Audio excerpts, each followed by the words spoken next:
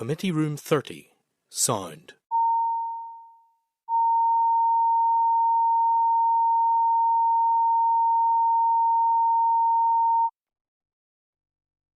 Committee Room 30, sound.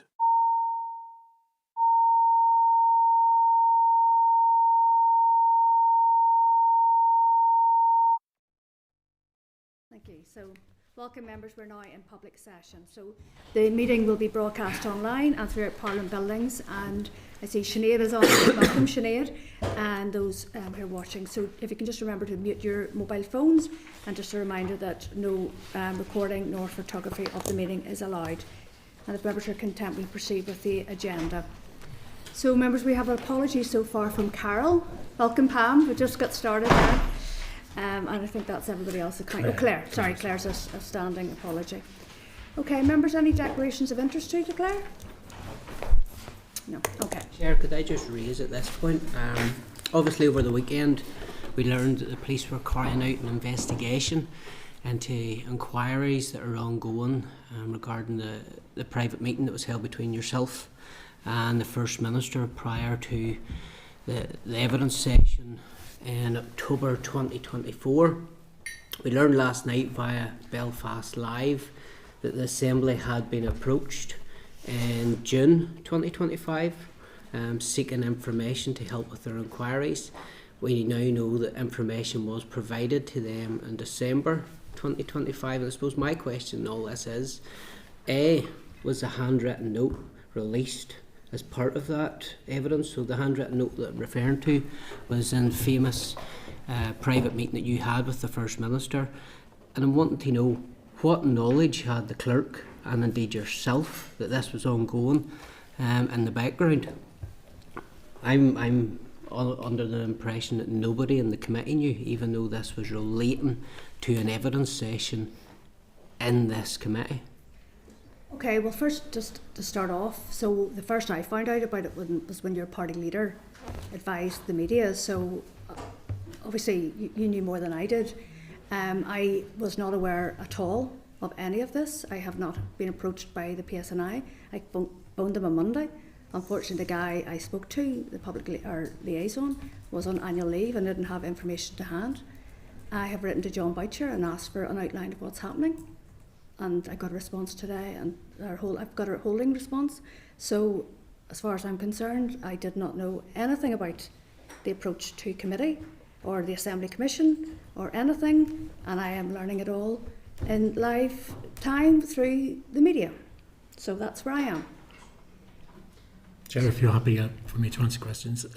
Yes, I was aware of the PSNI inquiries. The PSNI made contact with me as an employee of the Assembly Commission and sought correspondence the Commission held in relation to a meeting between the committee chair and the First Minister in October 2024.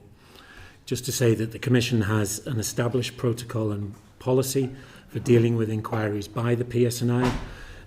Once the initial inquiry was provided to me, I sought immediate legal advice and then acted in accordance with the protocol on the advice I received. The advice I received instructed me that the matter must remain strictly confidential. I was also instructed not to inform any member of the committee or any other individual. The only other individual I spoke to about the matter was the head of legal services at the Assembly. I also just wanted to highlight that the information sought by the PSNI was not from the committee, but what was held by the Commission. Are you aware, Nick, have they reached out to the First Minister and Deputy First Minister in their office to seek information? Because let's face it, this relates to the handwritten note that was taken. The Executive Office to date have held on too tight. They've frustrated the process. They've engaged legal people to ensure that it hasn't been released to date. Do you know, has that been released as part of this? Sorry, go ahead. So first of all, I don't know anything about a handwritten note, okay? And I think you need to either ask the First Minister when she comes today, or go to the private office, or any other form of trying to get it. It is not something I wasn't. This is the handwritten note that was shared with you that the minutes were made from. No, I didn't get shared with. You got a draft. You got a draft of the minutes before they were approved. No. I did not. I got to see the minutes. They were agreed by the permanent secretary. So we have the handwritten note. What handwritten days note? That was taken from the meeting. And if we didn't want to see go it. back to it, the problem is that this committee did not take a note from the meeting. The private meeting that you held with Michelle that you gave us 10 minutes notice of, this is what it relates back to. And if we had taken an appropriate minute from that meeting, there wouldn't be all this ambiguity in this grey area. But I'm happy you've confirmed, and I will indeed raise this later You're on. welcome to. And You're I welcome trust you'll give me the space to do so. Well, we'll get on to that in a minute, Can I just raise an issue on that, Chair? because we know. I'll just make a bit of progress, and then we'll. Sorry, did you want to speak on this? Just on that, Chair, and can I thanks for the update. Nick, are you able to confirm when you received that request as clerk from the PSNI? Yes, I got the request, the initial request that was just an inquiry around whether I'd be able to provide information. It didn't give the substance of what the inquiry was around. It was on the 27th of June last year. And then you were obviously instructed not to share that with the committee, Anyone? with anyone, and that instruction came from the head of legal services here. Yes. He's in the room. Okay.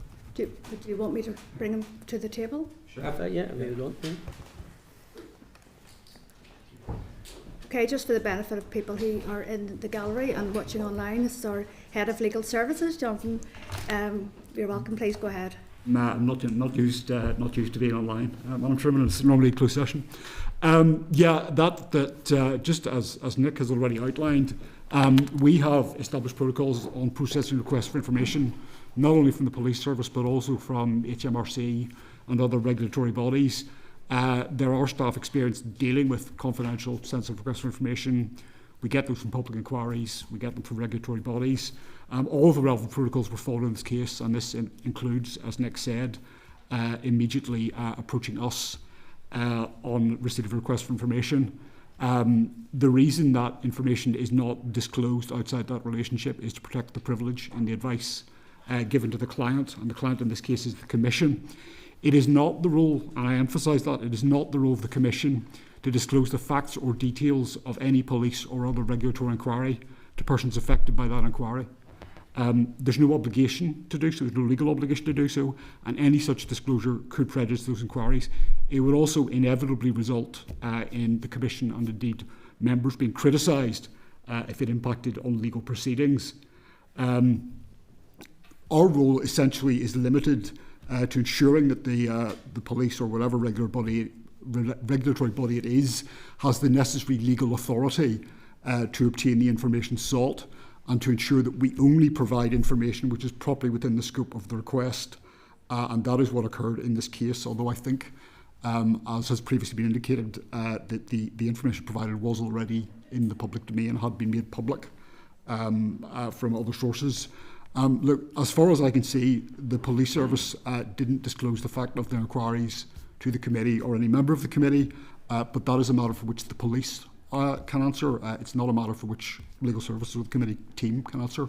What we did in this case was entirely consistent with our approach in any request for information. Okay, thank you for that. What was the request that the information that the police sought not as the outworkings of this committee? I cannot comment on the information sought by the police at this stage. I'm not asking you to comment on it, but I'm asking if it pertained to the operation or information held by this committee. Yes, but the records are held by the Commission, and it is the Commission to which these requests are made. And it is the substance of the request was or is the business of this committee and surrounding proceedings of this committee, and could be, according to media reports, people who hold position in this committee or the executive office. So why is the committee responsible for scrutinising the executive office? Were we not informed? the information sought is not something on which I can comment. The reason the committee was not informed, the reason the committee was not informed by Commission staff, I have already explained. The reason the committee was not informed by the police service is something you should address to the police service. But I should address to the Assembly, because the request came to, from what I could be getting this wrong, came to Nick, who is the foremost, very good at being the clerk, but he's the clerk to this committee, and he serves this committee. The request came to him in relation to information from this committee or to the operation of this committee, and I believe as a committee member I should have been informed of that. So I haven't been given a rationale as to why I haven't been informed of that, or other members. I have explained that the Commission, in responding to any request for information, does not disclose the inquiry to persons affected. Was that agreed by the Commission? Is that an agreed policy by the Commission? That is the policy that the Commission has followed for at least 10 years. Okay. And when was that policy agreed by the Assembly Commission made up of politicians? That's not something within my knowledge, but it's certain. I mean, the policy can be provided. Do you have a copy of the policy? Well, not to hand, but I can provide it to the clerk. Thank you. Go ahead. And if possible, when that's provided to yourself, Nick, if that could be circulated to all members. So establishing the timeline here, I'm unclear. So the police reached out in June. Going by Belfast Live, there's further correspondence in September, but the information was only handed over on the 1st of December. Why the delay? Why the feet dragging? And is it your advice that the handwritten note taken in that pre-meeting, that private meeting, is it on your advice that that's not been released, or why the Executive Office is dragging their heels? I have no knowledge of a handwritten note, and I cannot comment on the information that was released. There was no foot drag in this case. What caused a delay, to my recollection, is the fact that the police did not provide the appropriate authority initially, and that was not received until September. And there was then a further delay, I think, in gathering the papers, but that's not something within my knowledge. 3 months to gather the papers?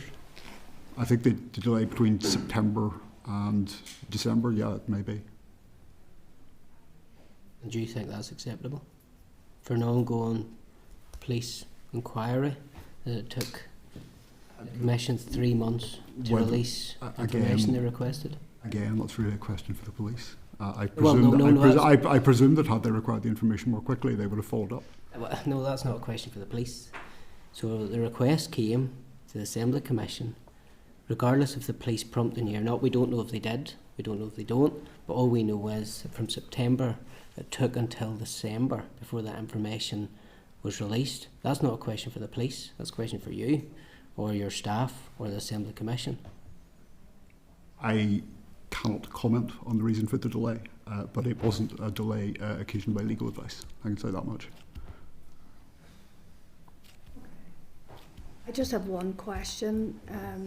So when you gave your legal advice on this police inquiry, did you have any engagement with the private office or the Executive Office in terms of, I have no idea what this handwritten note is about, but did you give, I mean, where are you in terms of your engagement with the private office? My function in this case is to safeguard the legal interests of the Commission. I wouldn't engage with third parties. I can provide further that. I've had no engagement with any other individual apart from 2 members of the PSNI on this matter. Okay. Okay, Deputy Chair, Pam, Anya, Sinead, any questions? No? Okay. Okay, thank you. Okay, members, so Chairperson's business, isn't any. Item 4, draft minutes then, so just to inform that you'll find the draft minutes of the meeting held on the 20th of January on pages 7 to 16 of the pack. I'm just going to ask our members' content that these are a true reflection of the proceedings. Okay, thank you. I'll go ahead and sign them. Okay, so matters arising then. So I'm going to refer you to pages 18 to 19 of the pack. Just to advise that a formal invite has been sent from the Speaker's Office to the Committee in relation to the unveiling of the Historical Institutional Abuse Memorial Plaque in Parliament Buildings on Friday the 20th of February 2026 at 12 p.m. and any member wishing to attend should let the committee team know by Monday the 9th of February who will confirm attendees with the Speaker's Office. Okay, so just seek your agreement to note this. Okay, so we're moving on to our first substantive item, members, and that is the oral briefing, thank you, from the First and Deputy First Minister. I'm going to refer you to pages 21 to 22 of your pack for the Clerk's brief, pages 23 to 76 of the pack for a copy of the Ending Violence Against Women and Girls Strategic Framework 2024 to 31 and Delivery Plan 2024 to 2026. and pages 77 to 169 of the pack for a copy of the programme for government, pages 24 to 26 of the table pack for a letter from the ministers in relation to the future development of the Maze Longcash site. And I'm going to welcome to the meeting Michelle O'Neill, First Minister, and Emma Little-Pengelly, Deputy First Minister. Okay, so members, just to remind that the briefing will focus on the programme for government and ending violence against women and girls. There will also be time for topical questions relating to the work of the Executive Office. Therefore, questions should be relevant to the work of TO and the Minister's official responsibilities. Members, just to remind you to be succinct with your questions, and officials to be brief and to the point with your answers. And just to inform that the Ministers have indicated that they must conclude their time with us today at 3:15 p.m, so we've got 1 hour. Therefore, to allow for brief opening statements, members will have around 6 minutes each for their questions, and I would ask members to remain within these time scales. I will ask the clerk to keep an eye on timings, so all members get similar time for questions. Members, are you content with that approach of how the... Okay, everybody, Timothy, you content with that? Okay, 6 minutes. Okay, go ahead please and make your opening remarks. Thank you. Thank you very much, Chair, and we welcome the opportunity to be back with the committee on the two issues that are strategically important for our Executive Office and indeed for the wider Executive, the Programme for Government and Ending Violence Against Women and Girls. If you're content, Chair, I will begin with the Programme for Government and the progress that we've made to date, and then DFM will detail in terms of ending violence against women and girls. So since February 2024, the Executive has been focused on delivering our 9 shared priorities, with a clear emphasis on meaningful delivery that people can see and feel in their lives every day. So in health, funding has supported both immediate and structural improvements alongside the wider programme of reform that we have there. I think it's good news to say that there's progress being made in terms of hospital appointments, over 180,000 additional outpatient appointments, diagnostics and inpatient procedures.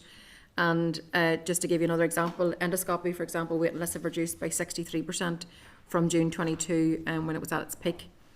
The name procedures backlog has also decreased by 70% from March to December 2025. As an executive, we also agreed a 37-point action plan to protect and restore Lough Neagh. Strong progress is being made with 15 actions already delivered and 22 others, many of which are longer term by design and they're already in progress. The actions cover key themes of scientific research and innovation, monitoring and enforcement, education and engagement, regulatory reform and strategic communications. Of course, we recognise that despite the strides already made, continued effort will be required for many years, if not decades, when it comes to fully restoring the loch, but that's a process that we're all very much committed to. £45 million has been allocated to a new regional balance fund to promote regional growth. This supports the establishment of local economic partnerships in each council area to identify the specific interventions that are needed to their local economic development, so very much tailor-made. For example, in Newry and Down, they're funding a pilot project to bring derelict buildings back into productive economic use and to stimulate new business activity. More than £20 million has been invested in a skills fund to support over 9,000 individuals and 1,000 employers. This fund addresses critical skills shortages through a range of initiatives, including Skill It Up, which reskills and upskills participants in priority sectors such as small and medium enterprises and women returning to the workplace. Another initiative, Step Up, is aimed at the economically inactive and those who find it hard to access opportunities. The difference that this fund is making a real positive difference, both at an economic level but also in terms of people's well-being. We also know that the pathway to education and employment is not always linear and straightforward for people, so Step Up gives the ability for people to take different approach with life-changing opportunities where they perhaps didn't see them before. And I know that DFM is providing more delivery points on this all shortly. But of course, those achievements do not reflect the totality of the work of the Executive. As the committee is aware, whilst the PFG is an executive programme, responsibility for delivering policies and services rests with individual ministers and their departments. However, what is clear is that progress is best made whenever the Executive works together, when we work together with a sense of purpose and when we're making a difference that impacts on people's everyday lives. Also, progress against the programme for government is monitored throughout the year and will be reported through a published annual report, supported by our wellbeing framework, which ensures that we understand progress, not just in pounds and projects, but also the real life impact that it has on quality of life. And all the data that is drawn from official statistics published independently is all available on the Wellbeing dashboard. The Executive's budget then is also closely aligned with the programme for government, and in the current financial year 42% of the resource budget, £6.9 billion, and 78% of the capital budget, £2 billion, are contributing directly to PFG priorities. So I think this demonstrates that the Executive's commitment to effective delivery that is consistent and grounded in the needs of all of our people. So in short, Chair, the programme for government is a plan, yes, but it's also a commitment to action, to openness and transparency, and to impact. We're being very clear about what it is that we're trying to do and achieve.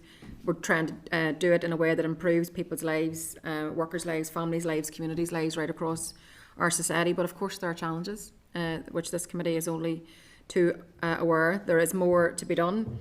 We're operating in this shortened mandate and a challenging fiscal environment. The funding, at the end of the day, it comes down to being able to invest in our public services. The funding from Westminster doesn't allow us to do everything that needs to be done, but it's important that we continue, and we are engaged in that ongoing conversation with Treasury. I just want to finish by offering some final thoughts on our ending violence against women and girls strategy, which again, DFM will pick up on. I want to acknowledge the continuing scourge of violence against women and girls in our society. We've recognised from day one that this was a priority area. Thankfully, that is also the case across, I think, the entire Executive and Assembly. Our situation is unacceptable, so this is an area that we are absolutely committed to tackling all violence, whether it's at home, online, in the workplace. It's all an issue that requires collective, connected and sustained action, and that's certainly our commitment.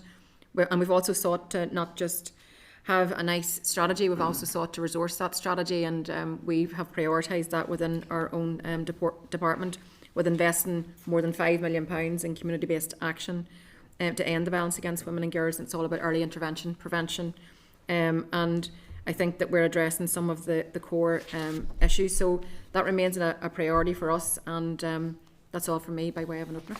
Thank you. Go ahead, please. Thank you. Can I echo the First Minister's thanks in inviting us today? It's good to be here. I want to begin by reinforcing the importance of the programme for government. It is underpinned by a focus on prioritisation and reform, and that is particularly evident in our approach to public sector transformation. Over the next 3 years, £129 million has been allocated through the Public Sector Transformation Fund to modernise services and improve how they are experienced by the public. That's phase 1. Those 6 transformation projects target key areas including health, special educational needs, justice, planning and infrastructure, and the funding is explicitly designed to deliver measurable improvements in service efficiency, accessibility and sustainability, while supporting earlier intervention and better outcomes. In health, £61 million has been funded to provide support for the expansion of multidisciplinary teams in GP practices, allowing better access to preventative care and faster intervention. Last week, I had the opportunity to visit a mega clinic for gallbladder procedures in the Chair's constituency. A really, really good initiative. It was a Saturday morning, and to see all of those people coming in to do that additional surgery, 39 people coming through there. They had the ability to see an anaesthetist, to see the surgeons, to talk to the nurses and the nurse practitioners, and then also to have their procedure scheduled if it was still deemed to be necessary. So they were walking out the door with their appointment for the procedure in the next 2 to 3 weeks around that. So a really great initiative. And initiatives like that are key if we are going to tackle waitiness and ensure everyone gets the treatment that they need. We're focused on making a real difference in people's lives. In justice, £20.5 million has been allocated to speeding up justice, which is reducing court delays and case backlogs and modernising the justice process. We know the frustrations that are out there in terms of that particularly important issue. In infrastructure, £15 million is going towards Natural Solutions Urban Drainage Programme to reduce flood risk, and £3 million towards Transforming Planning Programme. I don't need to tell anybody in the committee the frustrations that there are with the planning system at the moment. And in education, there's been a significant investment, £27.5 million in special educational needs transformation project. So the programme will see a redesign of the SEN system, supporting earlier intervention and more consistent support for children with additional needs. I know all of our constituency offices, no doubt, have dealt with parents who are really struggling to get an early diagnosis for their child. You know, parents know best when they can identify that there perhaps are issues that need to be checked out. They want to get the right support for their child, but too many children are starting preschool and school indeed without getting the proper diagnosis, which is essential to getting the right tailored support. This is on top of the £55 million that has been invested in early learning and childcare provision. When Michelle and I took up office, we said we'd focus on delivering improvements to childcare, and this is what we have done, working very closely, of course, with the Education Minister, who has been driving this forward. The funding has meant that there have been 2,500 new full-time preschool places provided in September 2025, but there will be an additional 2,382 coming online in September of 2026, so a doubling of those additional places within that time. I understand that that does bring the provision up to mean that about 50% of our preschool will be full-time hours offered to parents. Everyone in this room is very aware of the tragic reality that too many women have lost their lives to violence in Northern Ireland. The statistics are a stark reminder of why our work matters in relation to ending violence against women and girls. And I know that this is a strategy and framework that the committee have really got behind as well, and we've really appreciated that very wide cross-party support. But not only that, really embraced as well by particularly the co-design and co-production partners out on the ground who are now supporting us in relation to getting that funding out to where it needs to be. We are clear on the vision. We want to create a society where women and girls are safe and feel safe. But this will require a sustained effort and an unwavering commitment to working together. While there remains much to do, we are pleased that since launching the strategy in September 2024, we can already see the beginning of meaningful change. And at the start of 2025, we announced the Change Fund, in which we've invested more than £5 million to support community networks and provide opportunities for grassroots organisations and regional ending violence against women and girls organisations. The local Change Funds are now operational across all 11 councils, and we are now supporting over 164 grassroots organisations. And we're delighted that this means, because obviously we are continuing to monitor this, that we will reach an estimated 48,000 people through just that local support fund. I do have a significant amount of additional detail in relation to end violence against women and girls, but I'm very conscious that the committee will want to get on to answer questions, so I don't want my remarks to be overly lengthy, but I'm happy to answer any questions in relation to any of that. But working together is a thread that runs through everything we are doing as we focus on delivering what matters most.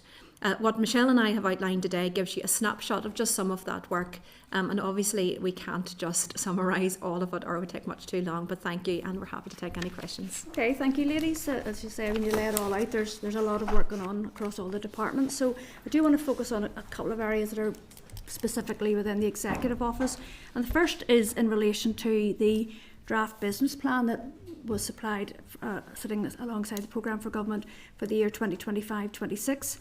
And under the heading Good Relations and Together Building a United Community, it said in Q3, so obviously just past there, develop a new Good Relations strategic framework, and in Q4, this quarter, you would launch a public consultation into that. So we'd just like an update on that, please. Yeah, well, we're continuing to work our way through this. Actually, we just did a piece of work this morning in terms of the racial equality strategy, which I know the committee's been interested in, and we've actually signed off on that new strategy. So just to say, in terms of that area of work, we've been able to make some progress, and we intend to go out to consultation now and actually seek views. So hopefully you will see that as some progress in terms of the wider area of good relations. So we were determined to try to get that out the door, just to get that consultation moving, and then that will allow us to point to a fresh strategy reflecting on particularly the challenges that we've had over the past year. So I think that, just to say that today, Chair. Yeah. So it won't go out that consultation, the Good Relations strategy won't go out this quarter then, no? Is that what you're saying? It's under review at the moment. I think there's probably from my perspective certainly three key elements to it.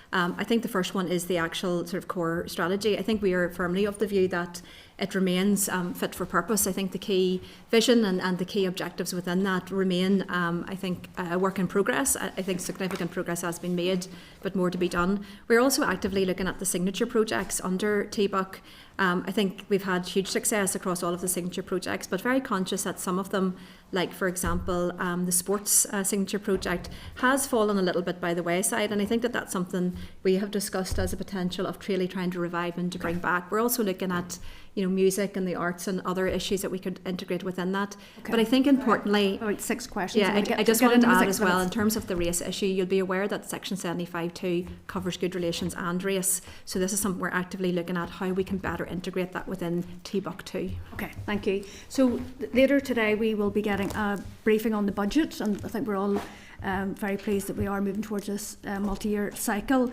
So I suppose just to pick up on the First Minister's comments there about working together and just really trying to drive forward that sort of improvements for society. And I think that there's a missed opportunity that we're not seeing the investment 2050 coming forward, because I think if we're going to be trying to use the capital budget in particular for strategic long-term thinking to sort of support different sections of society, I just wondered if you could give us an update on where that is. I think last we heard it was working at pace, but I think we've been hearing that as a committee for 2 years now.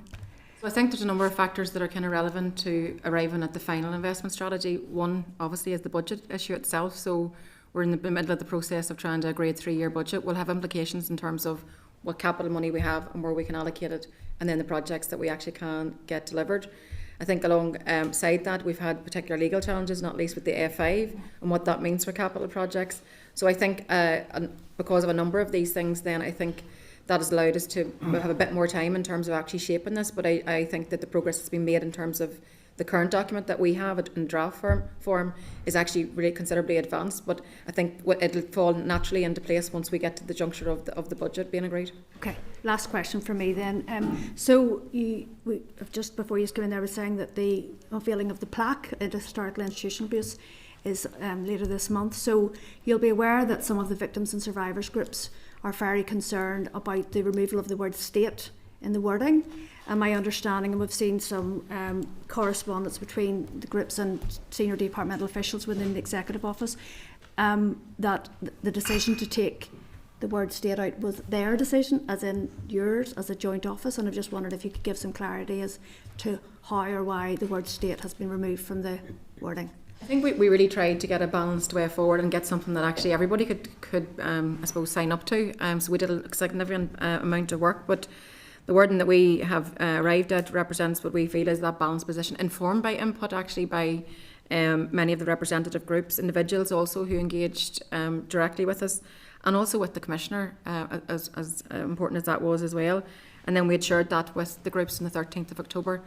I think unfortunately in all these things we won't satisfy everybody as much as we would want to, particularly this category of people who have been so dramatically had their lives so tragically interfered with them over the years. So we hope it's in the main seen as an advancement that we actually have the plaque, but I absolutely accept that not everybody will be happy with the exact wording. And just to add to that, this has been a long-standing commitment, and certainly when Michelle and I came into these posts, this is something we really wanted to try to get moved on, because we were very conscious that there had been a lot of discussion around this, and I would be very clear, like, I want this event and I want this plaque to be something which is about reconciliation. It is about bringing people into this place. It's about bringing people together as well, recognising the wrong that had been done, and also recognising that wrong has been done by multiple different individuals and organisations, by the people who at times carried out criminal activity, by the homes and the places that were there supposedly to protect these children and did not, and by the state. And it's multi-layered within the Hart report, as you know, that there was feelings across the piece, and I think we tried our best to find a consensus way forward, and that's very much the tone in which we want to bring forward this in the next couple of weeks. Okay, thank you, ladies. Deputy Chair, please. Thank you very much. Thank you for joining us this afternoon. Turning to the programme for government and what's in it and perhaps what's not in it, can we look to progress with regards to May's long cash? And I appreciate that you're both subject to political vetoes over that. The people that instruct you what to do have said no. It's a blot and a failure on the Executive Office that May's long cash has not progressed. If you cannot resolve the issue, could you at least then admit that you can't resolve the issue, and could you give the issue over to some form of dispute resolution or mediation so that we can move on and genuinely deliver the prospects of that site? It's an incredible size of site. This committee's been there. We've seen it. We've seen its potential. But you, and I'm not blaming you personally for this as an executive office, because I think you're controlled externally in respect of all of this. If you cannot resolve it, could you at least hand it over to either international mediation or some form of dispute resolution? Well, it started with where you started. I think I take exception to you saying that we are controlled by someone outside this room. I think that's rather unfortunate. However, I believe in the potential of the site, and like you, I think that there's enormous economic potential, historical potential, reconciliation potential. But the reality is that there will need to be a political agreement in terms of, I think that's what you were trying to get at. There will need to be a political agreement in terms of opening up the site. There's sensitivities around it all. I'm not going to give up on that. I think that that should be something that we continue to work towards, albeit that it will be challenging, there's no doubt. But I just think that all of the boxes need to be ticked in terms of the historical potential, the reconciliation potential and the economic potential, and all things are linked. I would also add my concern about your allegation that I'm controlled. You don't clearly know me very well if you think anybody can control me, but I would say very clearly, this has been a long-standing issue. I think it's very difficult to see what we do with the listed buildings that meets the expectations of Sinn Féin as a party, the First Minister, but also can be done in a way which doesn't cause significant upset to the many victims and survivors. The Maison Care site is at the very heart of my own constituency. I think there is huge economic potential in particular. There are some great aspects to that site, not least the huge success of the Balmoral show and the various shows and activities that take place there. The Ulster Aviation Society doing incredible things, attracting a huge number of people. I have said very clearly, look, I think resolution on a way forward on the listed buildings is very difficult. I think it has the potential to cause hurt to victims' survivors. I don't want to do that in my life or in my role. But I do think in the meantime, we should be unlocking that economic potential. The position of the then Deputy First Minister Martin McGuinness was to say no to any further activity on that site pending agreement on the politically sensitive listed buildings. I have said publicly, I've said in the Chamber, I would like the First Minister to lift that veto and to allow the potential of that Maze site, not just for the people of Lagan Valley, but I think it could be a site of regional significance, to allow that economic activity to go ahead and start to change the narrative of that site, which I think in the future can well make it much more possible to find a future for those listed buildings. Deputy Chair, you have 2 minutes. Yeah, thanks. I appreciate there are two competing arguments. My encouragement to you is, if you cannot resolve it, get someone else's advice and guidance to see if they can assist you. There's no shame in doing that. I'm sure that I'm very open to the likes of a Museums NI, people who've created other sites. I mean, if you look at what's been delivered in Aberdeen, if you look at what's been delivered in the Crumlin Road Jail, there are avenues and people that can help. Bearing in mind the Chair's concern about the time limit, can I ask you about violence against women and girls? And I very much appreciate the depth and breadth of work that has gone on, but can we be assured today that that permeates all the way down through every single department that you have control of through the other ministers around the executive table, and that every policy of every department has that as a key reference point within it? We've got to change the narrative in Northern Ireland, and sadly there's no great evidence that the narrative is changing at this point in time. Yeah, I think there's buy-in across the board. I think every political party recognises that we have a huge societal problem, and I think everybody's committed to playing their part in addressing it, whether that be in an educational setting, whether that's in a community setting, whether that's in all the work that we've actually brought forward, working with both regional partners, Women's Aid, Nexus, everybody else that's involved in supporting women, and then at a very local level with some of the brilliant projects that we've seen actually being rolled out. And I think some of the early feedback that we've got around measuring the activity, that we can see improvement, particularly among young people's experience or how they feel. But we're turning a tanker here, as you know, in terms of the problem that we have. But I genuinely feel there's an appetite across the board to continue to work on this in a very joined up, collaborative way. And the board itself is made up, obviously, with all the different departments and their input. And finally, very briefly, today is World Cancer Day. We have failed on every single target in Northern Ireland when it comes to cancer. I have a very personal commitment to that. But England has just produced a massively improved cancer programme, taking them to 2030, the Department of Health. But what are you doing to support the Department of Health to deliver better cancer strategy outcomes for Northern Ireland? Well, One sentence, please. One sentence, please. Yeah, look, this is an absolutely critical issue. I think our cancer waiting lists are a shame. It's a shame on all of us, and this is something that we really need to tackle. It doesn't need warm words, it needs action. And that's why we have ring-fenced and secured the ring-fencing of waiting list money within the Department of Health. It's complex because you need to get the consultants, you need to get the right people, you need to get the right space to do that. But so it's not just about money, we know that. But we've been working really closely with Mike Nesbitt to try to drive down those waiting lists. It's simply unacceptable. More needs to be done. You will see in the draft budget that there is a proposal for further ring fencing, and that is really to try to focus minds as well within the Department of Health on this important issue. Thank you. Okay, thank you. Sinead, please. Thank you.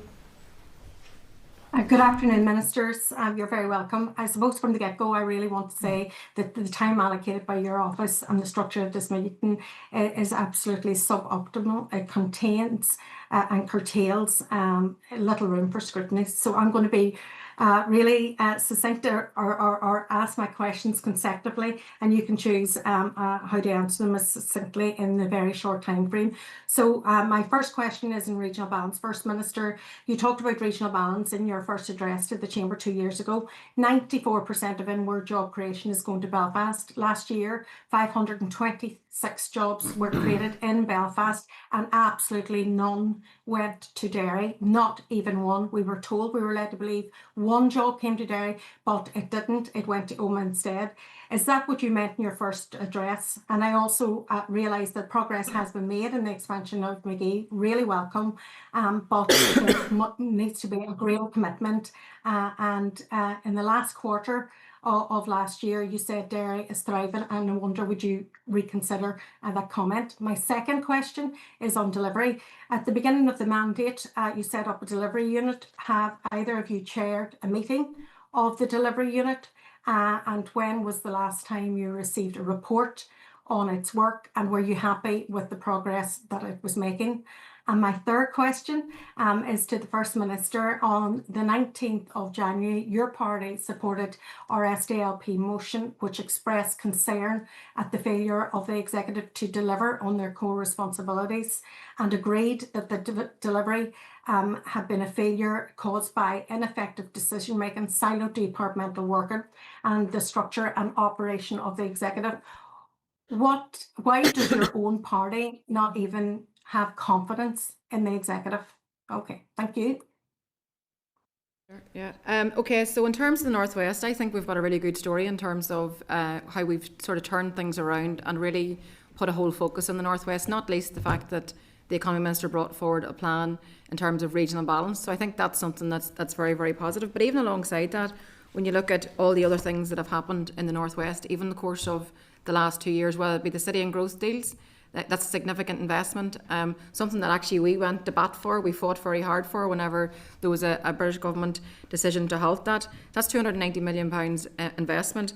Add to that the Strabane Regeneration Programme, over £73 million investment. Add the McGee Expansion Programme, which you mentioned yourself, and we're now in excess of 6,500 students, which is a very welcome development and moving closer towards the target. We've got the River Rhine project, €16.7 million. We've got the £45 million regeneration in Foyle. We've got the City of Derry Airport.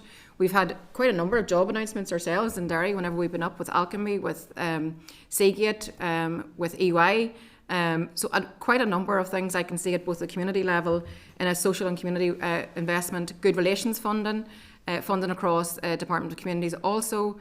So I think, Sinead, that there is certainly a significant investment in terms of what we're trying to do in Derry, and that will continue. If we've been able to achieve that in this short period of time, imagine what we can achieve over the course of the next number of years, and I'm very much committed to ensuring that we do address the issue of regional balance and also find opportunities to allow every area across the north to be able to be part of prosperity, because that's something that is a shared desire, I believe, across the executive. In terms of concerns at delivery, there are concerns at delivery. There are concerns, I think, from all parties in terms of even the nature of the executive itself. It's a very challenging arrangement. I think individually everybody's trying to do their best, but I think collectively what we've focused on is the common ground of the priorities set out in the programme for government. That's the things that we're going to really continue to deliver on. We've said what we've delivered, as I said, in this short time. One of the biggest hampering things that we have in front of us is the underfunding that we've experienced for well over a decade. And we're trying to build that back up again. We're trying to fix public services and transform things. But the funding that's been allocated to us, which was described by the Secretary of State as a record allocation, that's nonsense, because a record allocation doesn't take into account all the years of neglect and all the years of underfunding. So we continue to make that case. So I think therein lies a lot of the challenges that come with the executive. I don't think we need to be too precious about being critical of ourselves at times whenever that is the case. That's the approach that I take. Yeah, and if I can just deal with the delivery unit part and just looking at the overall delivery, I think it's best to understand what the delivery is. It is a unit within the executive office structure. It's not a standalone outside of that. So, like, we wouldn't chair, the Together Building United Community unit or the race unit or the. So this is a unit which we have put in place to work directly to us. So when you say, like, what engagement do we have very regular engagement and updates. They are directly, and I think this is important. We met with the team around Sir Michael Barber around how these delivery units have worked previously. And obviously he is the global expert on this. And he made very clear it's important that these are directly, and they feel very strongly that they have a direct line to the Minister within the relevant department, in this case to the First Minister and myself. It's designed to be small and designed to be agile. It's not going to do everything. Sir Michael Barber was very clear that the actual delivery of the thing should still remain within departments. But this is a unit that is designed to come in and support people, to take a look at a bit of an issue, to take a look at a problem and see, can we find solutions? It's often said, like, how do you eat an elephant? You do it in small chunks. And, as Michelle and others have often said, to mix a metaphor, look, we've got a huge ship in the harbour here that we need to turn round. And, how do we do that? With using the small little tugboats of the things and issues that we can identify. And, like, delivery, like, it is incredibly frustrating. There's no doubt about that. Ministers are frustrated. The executive can be frustrated. MLAs can be frustrated. But importantly, members of the public can be frustrated when they see a lack of delivery. That's not just a challenge for Northern Ireland. That is a challenge right across the world at the moment, because what we are seeing time and time again is a huge amount of process behind any decision. And I said this in the Assembly chamber, when you look at some of those big decisions where people see a lack of progress, should it be the A5 or the maternity hospital, that is not because of a lack of political agreement. The political agreement was there, the money was allocated, but the process and procedures and what is commonly now called as the sludge of the system is holding that back, and people out there are frustrated about that. That is a responsibility of us to try to drive a change in the system. We need game changers. We need to change the way we are doing business. That requires a civil service with a purpose, but it also requires the executive collectively to be driving that agenda from the top down as well. Thank you. Sorry, we're so pressed for time. Go ahead, Timothy. Thank you very much, Chair. First Minister, back in August 2022, you said that there's no alternative to ARA violence. Do you want to take this opportunity to apologise for your remarks and withdraw them, or do you still stand over that you're the First Minister of no alternative? I'm the First Minister. I'm your First Minister, whether you like it or not. First Minister. And I have said many times we shouldn't try to score points in terms of dealing with the legacy of the past. Is that a no then? I think we should not try to score points in terms of dealing with the legacy of the past. I think we have to recognise that there are many tragedies and injustices in the past. And our job as leaders today is about building for the future, about trying to heal those wounds, about recognising all that hurt and pain, and actually finally dealing with the legacy of the past in a way that can command the support of victims and survivors. That's a no. Moving on then to violence against women and girls, the Strategic Framework 2024 to 2031. It reads 67% of female students surveyed said that they had at least one unwanted sexual experience during their time in higher education, including experiences of unwanted sexual contact, coercion, attempted rape and rape. That's a frightening stat. First Minister, how important do you believe it is that victims are listened to and believed? I think we've discussed this before, Timothy, in this very committee. I think it's very important that people are believed. Yeah. So in 2018 you had said regarding Maria Cahill, it's not for me whether I believe her or not, so do you want to take this opportunity to apologise? I feel like we're on a wee bit of a repeat. Well, I think you asked me this question before and I said of course I believe her. I'm giving you that opportunity. I just answered you. I'm giving you that opportunity to clarify that again. So was that comment back in 2018 victim-centred and trauma-led? I've said my piece in terms of any individual. I think any woman out there that has been sexually assaulted or needs all the support that she can get under the sun. Yeah, so from your response, is that an apology to Maria Cahill? I don't have to apologise, Timothy, for anything. I want to support every woman out there that has been inflicted with violence, any kind of violence, whether it be sexual, physical or any other kind. We understand why a comment like that calls into question your ability to lead up a strategy on ending violence against women and girls, but since you have said that you believe her, that's progress that were made. So bringing out the book that she wrote, and this essentially was put to you before. We were in Jerry Adams's office, Bridget and I. It goes on to say, what do you want to happen to him? I knew she was asking me whether I wanted Morris killed. So on that basis, First Minister, why was the IRA in the Sinn Féin office? So again, I think you've asked me this question before. I'm not getting into your nonsense. But you haven't answered it. I'm not getting into your nonsense. I can say this about the strategy on ending violence against women and girls. It's a very considered strategy. It's an excellent strategy, in my opinion. It's been very well co-designed with all the partners. It's about making a difference to what we have in our society, which is a huge problem with violence against women and girls, which is a huge problem with misogyny. And it starts with what people say. It starts with how people treat other people. So I think that is very, very important that we actually drive home this strategy and we make it work. And I believe that everybody else is interested in doing so. Instead of being a soundbite, that's maybe advice you could take on yourself when you're making comments such as I have said to you today. So they are in a Sinn Féin office you're not going to comment on. Why would I? Well, you believe Maria, and on that basis it's in her book, you're the leader of Sinn Féin, calls into question your fitness for government. Once again, you haven't taken that opportunity, but something I do want to explore with you. In October 2024, before giving evidence to this committee, you had a private meeting with the chair that was formally recorded by the Executive Office, but there was no independent minute taken by this committee. The only official record for that minute or that meeting shows it was taken by your private secretary here. I have it in document 1. It was Carl Morrow. Would you agree that that's the case?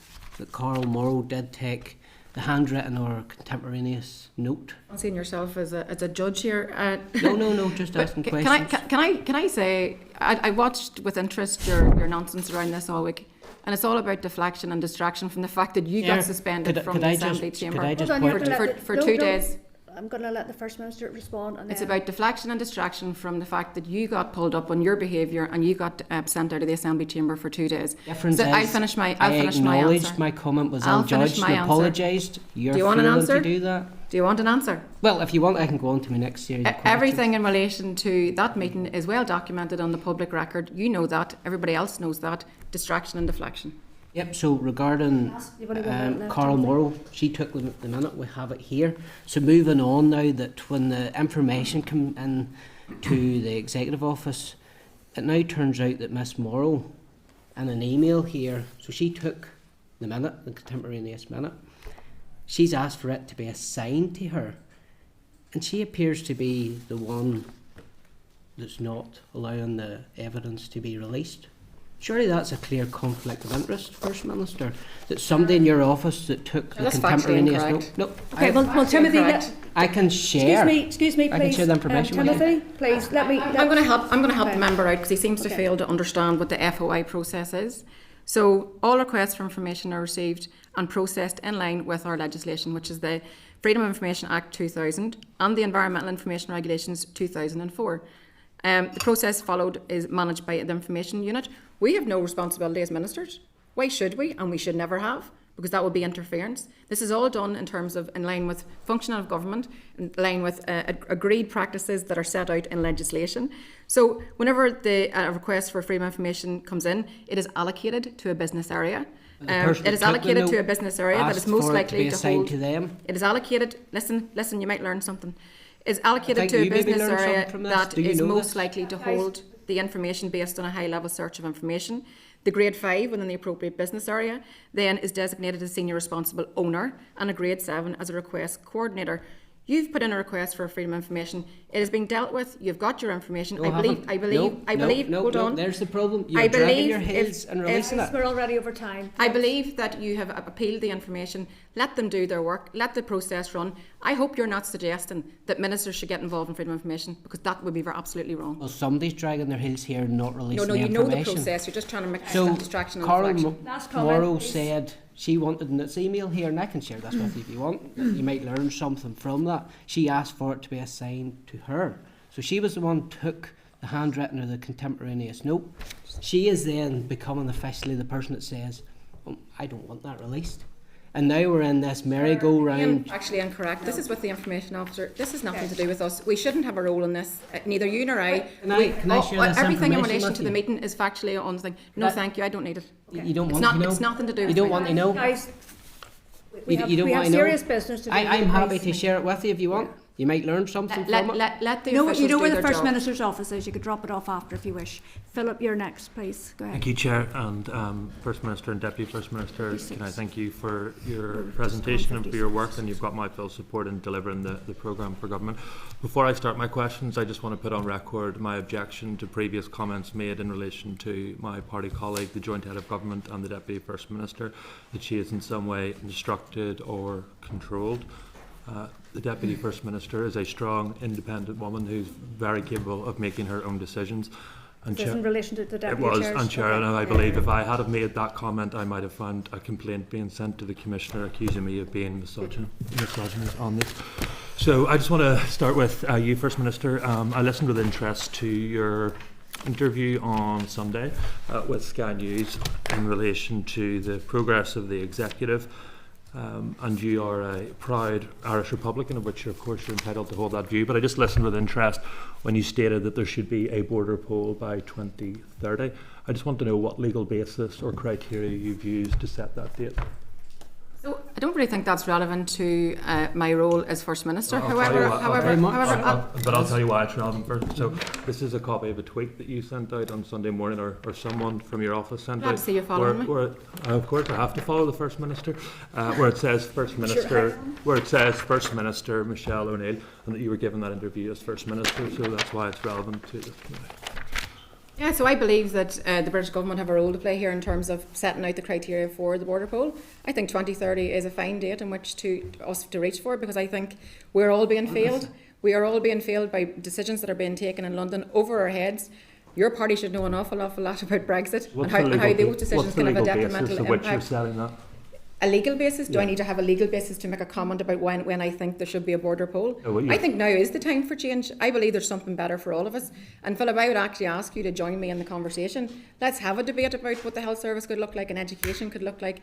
I think there's a prize here for something better. So I think you and I should have that conversation. I'd be more than happy to. So the legal basis, First Minister, for a border poll set out in the Northern Ireland Act 1998. Are you aware of the provision of that Act? The criteria is not very clear, and I've challenged many a British Secretary of State and You British signed up to Prime that and criteria British when your Prime party Minister. supported the Belfast Agreement. One at a Absolutely. time, please. Yeah, absolutely. We did support the Good Friday Agreement. I believe in the Good Friday Agreement, and I also Then you believe in and that basis. And if I could finish my sentence.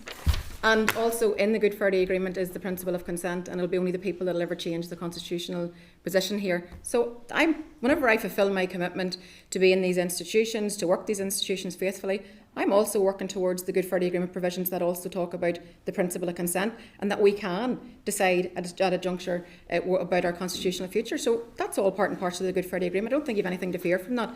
If you're confident in your unionism, if you're confident that this place is better and delivers for everybody, then you've nothing to fear from having the conversation. I'm very confident in the law, First Minister, and I'll just read it into the record in case you're not aware. So it's clear that a border poll is called on one condition and one condition only, and that's subject to the Secretary of State shall exercise that paragraph and that power when it's likely to him a majority of those voting would express a wish that Northern Ireland should cease to be part of the United Kingdom. That is the law of the land. I'm very That aware of is- the Good Friday Agreement. Okay, well then you should reflect that in the comments that you make as First Minister. I just want to check then, what was the change in date? So in February 2024, you told us there was going to be a border poll here in Northern Ireland delivered by 2034.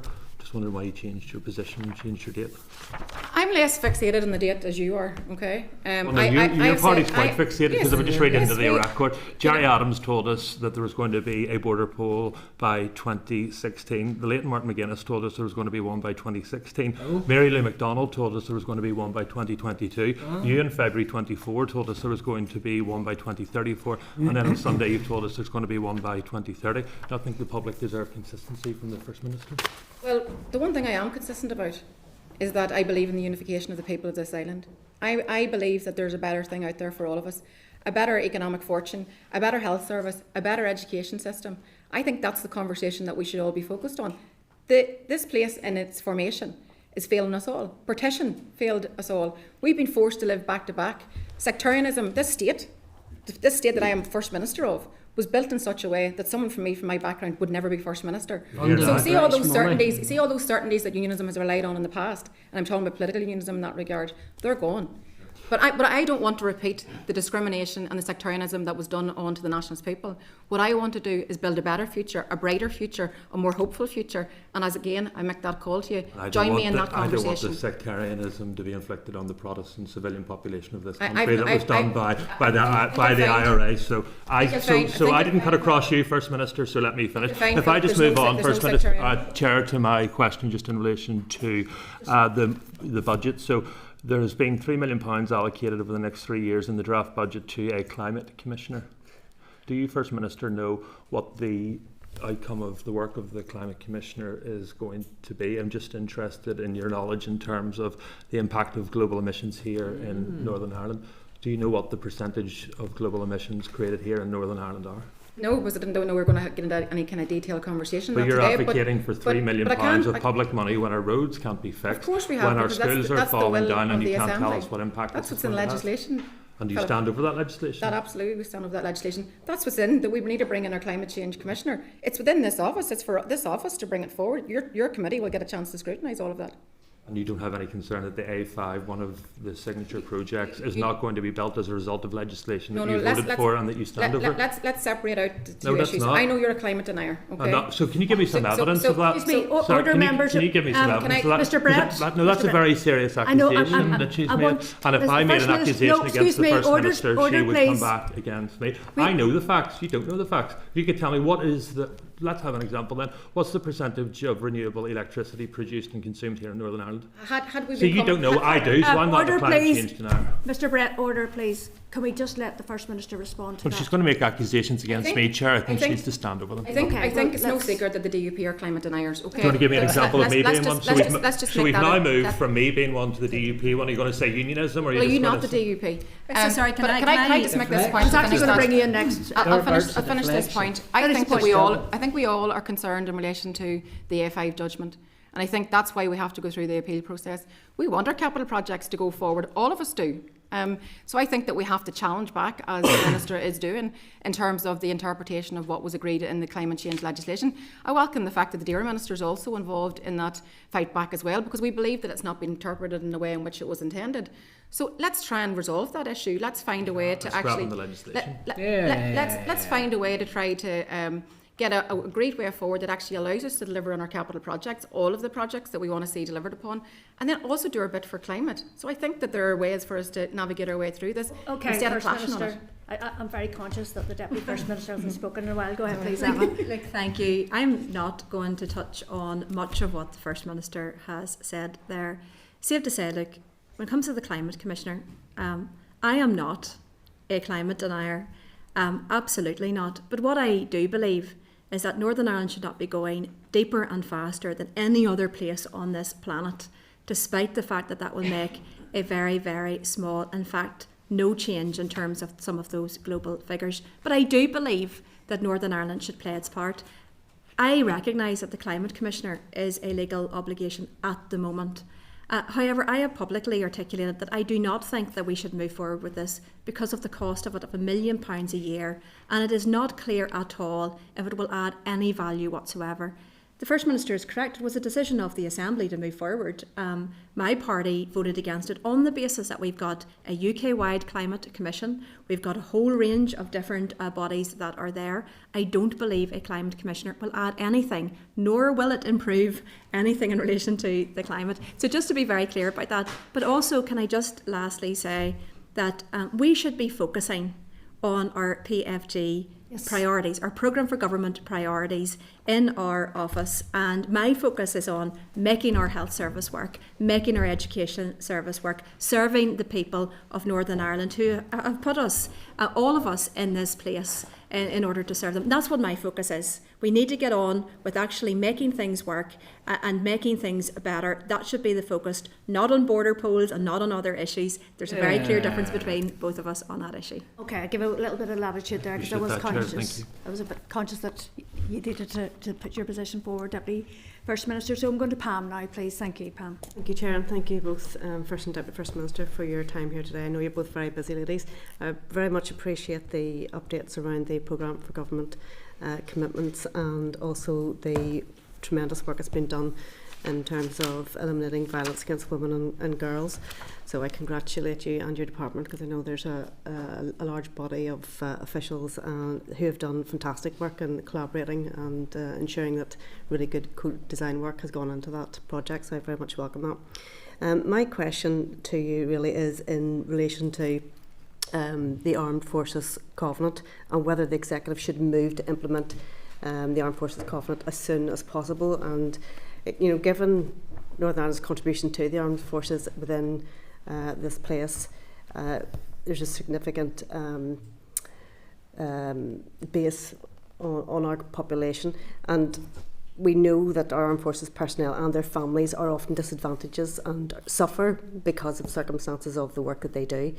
So in terms of access to housing and education and health, I think it's really important that we do move forward on that. So your comments on that. If I can answer first, I think this is an incredibly important issue. We often talk in this place about equality and disadvantage, but what we know is that those who serve in our armed forces and armed forces families suffer from significant disadvantage and inequality, particularly when it comes to education, when it comes to housing, when it comes to health, due partly because of where they are in waiting lists, the movement of people, because that's necessitated by their job. And it's not just those who serve or who have served, it's their families as well, it's the children, it's many other aspects of that.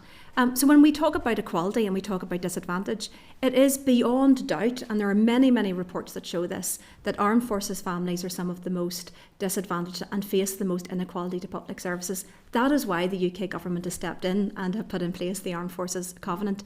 In Northern Ireland, we contribute significantly more per head of the population to the armed forces. I think it's about 3 times more than our population to the armed force. So we've got a lot of people who serve or have served in Northern Ireland. So it's more important actually for Northern Ireland than any other place in the United Kingdom that we have the Armed Forces Covenant. I think it's a disgrace we don't have it. It is something that I absolutely support, and I would call on the First Minister and other executive partners as well to immediately adopt the Armed Forces Covenant, but I welcome the legislation that is going through to ensure that there is that statutory protection as well. And obviously that's a British government policy, and it's for them to implement. There isn't, it's like the first issue that Stuart raised earlier, there isn't a political agreed way forward in terms of this issue. So for me, it's very much in the realms of the British government's responsibility. Okay, Chair, I mean, I think it's a responsibility of Northern Ireland to do what's right by Northern Ireland, look after its own citizens. But given the point of fact that the huge contribution that Northern Ireland does make to the armed forces, should the Ministry of Defence be investing more in Northern Ireland, given that representation that we have in Northern Ireland? Should we not be benefiting from that? I think it's important to say that we often hear people talk about making sure that we base our decisions on objective need. There is an objective need. There is a recognised need of armed forces families in Northern Ireland. That's not a central UK issue. That is something that touches on many devolved responsibilities, such as health, education, housing, the programmes that we have. So there is no justification for people to be discriminated against on the basis of objective need just because they are armed forces. I am really proud of those who serve in the armed forces, and indeed I think the sacrifice of their families as well should be recognised. But you raise a really important point. Northern Ireland gets the lowest spend per head of the population from the MOD. Now that is something that we have been raising for some considerable time. That has increased significantly over the last number of years, but we are still the lowest across the UK. The MOD has given a commitment post-Brexit. They have the opportunity to direct spend across the UK, and I think there's a real opportunity here to continue to invest in the fantastic companies in Northern Ireland. But importantly, we need to get our defence deal. There have been defence deals across Great Britain. Northern Ireland deserves that defence deal. We'll be doing a huge amount of work with the MOD and the UK government to try to ensure that, and I hope we're going to get some very good news very shortly on that. Thank you. Thank you, Chair. Okay. Well done. Go ahead, Anya. Thanks. Thank you, Chair, and thank you, folks, for coming in and briefing us, particularly on the ongoing work in relation to EVOG. I know it's something we touched on the last time you were in. Just in terms of the engagement that you both had with Uachtaráin and Catherine Connolly this morning, I was delighted to see her up in Belfast. I think it was her first official visit, to the north. But just in relation to dialogue, peace and reconciliation and respect, in terms of those engagements, those meetings, those visits, how important is that to bettering relations on the island? I think it's really important. Look, we've had a bit of a debate about different identities and different outlooks for the future, but the reality is if we can all find the space to be respectful of each other's identity and find an accommodation for each other, that's a good outcome for everybody. You're right, it was an historic visit from Uachtaráin to her, and this morning she's my president. It was my pleasure to invite her here. Both myself and the Deputy First Minister welcomed her to Stormont Castle as part of her official visit. She said she would come north as her first visit, and she's done so. So I very much welcome that, and I want to see much more of that. Likewise, I think that there are opportunities for those of the Unionist community that look very much towards the British monarchy, and I always be respectful there because I think that's important in sending the right message and tone about how we need to be respectful of each other's background and outlook and identity and culture and heritage, and I think those things are precious to all of us. But I think I welcome, I suppose I would add to that the fact that we now have the Irish Language Commissioner, we've got an Ulster Scots Commissioner, we've got the Office of Identity, and that should allow us to be able to move forward with confidence in terms of being able to be respectful of each other and create some structures that I hope will be able to be a real positive addition to our society and our place here, and also all of our culture's identity and heritage and the things that we hold very precious. Yeah, from my perspective, it was the first time that I have met with President Connolly. I think it was a positive meeting. I would always say, I don't share the politics of President Connolly, but I don't have to. I believe in this role it is about building positive relationships regardless of the personal politics of the person who holds that post. I take the same approach, should that be from a President of Ireland or should that be from the President of the United States of America. My job as Deputy First Minister, which is a co-equal position, jointly leading this executive, is to turn up and stand up and champion Northern Ireland, to do what I can to build good relationships with other leaders. It's not about just sharing the politics of that. So that's why, I think the engagement was a very positive one. Ireland is our closest neighbour, and of course we want to have positive relationships. I think we've built those good relationships with the Taoiseach and with others in the Irish government. And indeed, as the First Minister has said, we engage obviously on a regular basis with the Prime Minister and the royal family within the United Kingdom. So that is something that I believe is to the benefit of everyone in Northern Ireland. Brilliant. Thank you for that. And I suppose just even around the imagery, I found it quite striking when I seen the photos on social media. Obviously 3 women, head of state in the Republic and then joint heads of state here. Just to quickly move on to EVOG. Deputy First Minister, I know that you had made some remarks in relation to the strategy and how that's playing out at a grassroots level. Obviously we've seen Grok and other AI tools being used and abused by some to produce sexually explicit images over recent weeks. So just, I suppose, in that whole sphere of EVOG and deepfakes as well, what steps would need to be taken in order to ensure that this material can't be created? Look, I think it requires urgent action across the piece. I think the big issue here is around always having vigilance about the way these technologies continue to develop, and they're developing incredibly quickly, and they bring with it new challenges, and sadly, very often misogynistic and abusive challenges towards women, but indeed to everyone. We do need to move quickly. One of the issues I'm looking at the moment is the fact that there is legislation going through Westminster. We understand that there's going to be an acceptance of a backbench amendment from the House of Lords in relation to this, which will allow this law to come in very quickly. Northern Ireland currently isn't included in that. It is the quickest way to make sure we've got protection against these type of things. Otherwise, we would have to bring forward our own legislation or use a vehicle here. I think that is something that we need to pursue quite heavily. I know that it is a devolved issue, but there are obviously these things cross borders very often as well. So that is something we have been raising within the department. Look, I don't think any of us should be precious about the vehicle. I think the key thing here is that we've got the protection as quickly as possible. If that doesn't work out, obviously we've been working with the Minister of Justice as well and looking at alternative options for that. But I do think that the optimal would be to move quickly. But we do need to have vigilance right across the piece. This isn't going to be, sadly, the last of this type of thing. As these technologies advance and we hear all about the dark web and different issues, there is a big bad world out there, including in the virtual space, and we do need to be able to move incredibly quickly to be able to address these issues as they emerge. Just add to that, I mean, I think the fact that some of these social media companies are allowed to create this kind of content, the buck stops with them initially, but I think we have to create the legislative framework around being able to take action whenever it doesn't happen. But I think anybody around this table that's elected have seen the kind of online trolling and abuse and that we all get. It's not acceptable.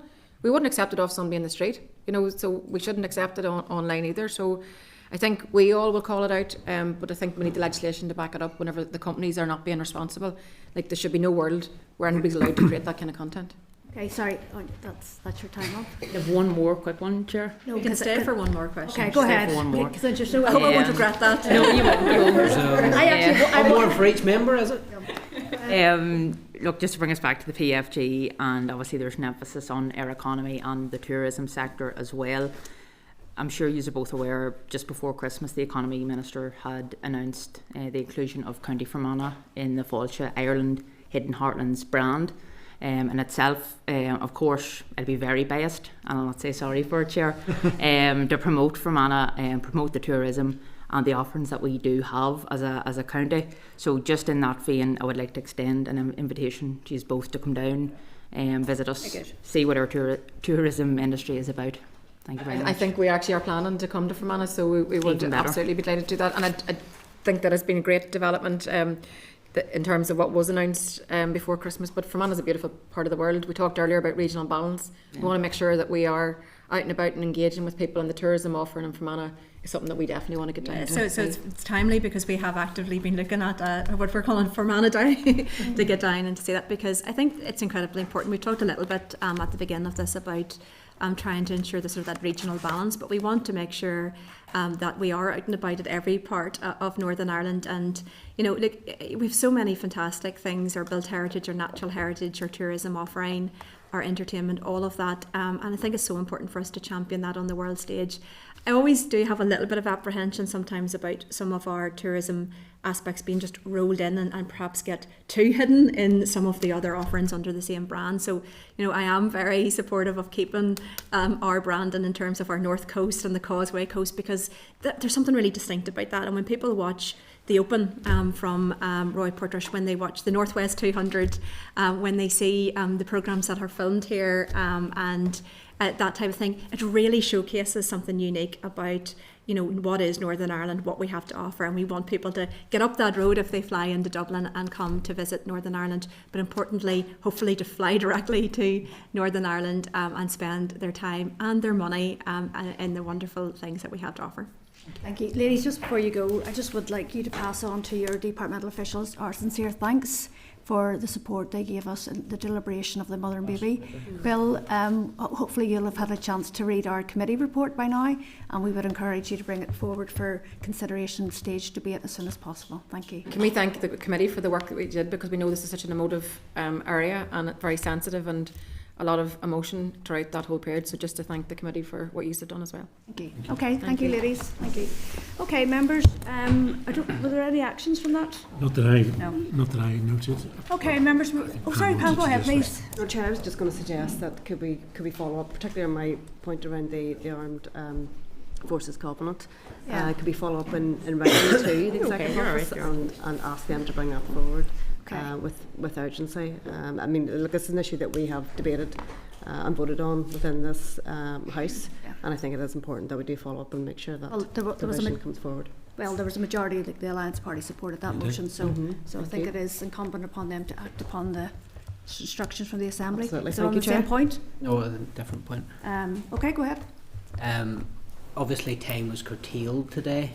Going forward, when the First and Deputy First Minister, indeed junior ministers, come back, I think we need to look at, allocating an hour to answer questions once every quarter, once every 6 months. I don't think is acceptable, and I would like that when they're coming back in future, that longer is allocated. Might not need it, but at the same time, there should be flexibility given that they block out longer in their diaries to come in front of this committee to scrutinise. Agreed. Okay. Okay, members, I'm just going to suggest a 5-minute break. Oh, sorry. Yeah, no, I was going to Apologies. suggest that, but could I just thank you, Chair, for the manner in which you chaired that and allowed members to ask questions. I know it may have been interesting scrutiny on this committee meeting, but I actually think it was very useful. So I just want to, on behalf of myself, thank you for. Okay, I'm going to ask for a 5-minute comfort break because we need to set up PowerPoint for the finance presentation. Okay, thank you. Committee Room 30, sound.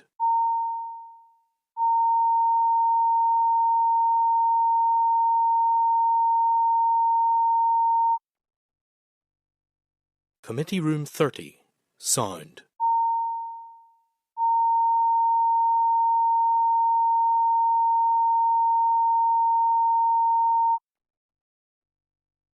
Committee Room 30, sound. Committee Room 30, sound.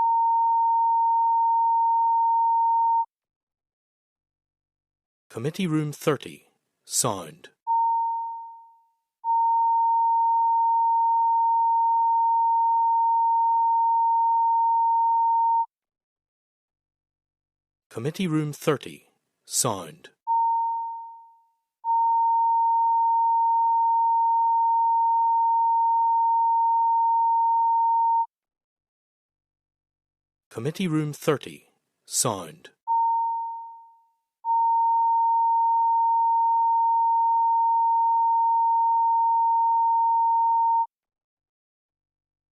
Committee Room 30, sound.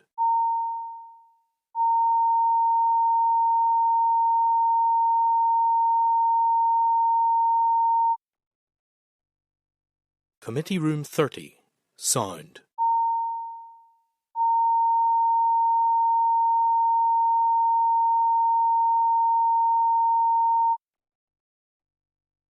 Committee Room 30, sound.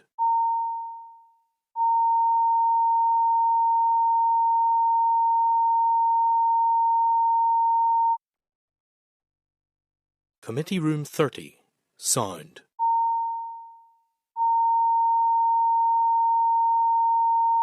Committee Room 30, sound. Committee Room 30, sound.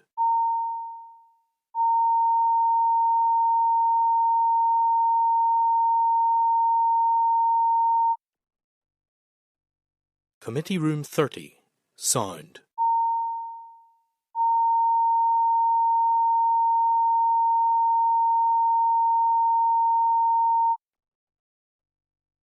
Committee Room 30, sound.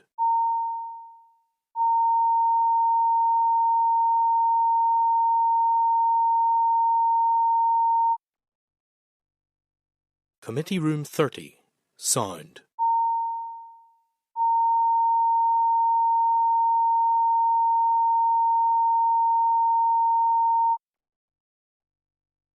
Committee Room 30. Sound.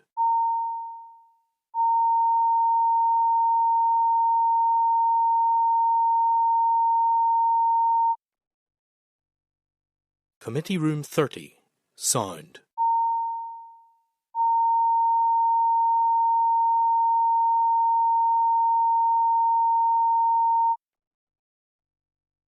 Committee Room 30. Sound.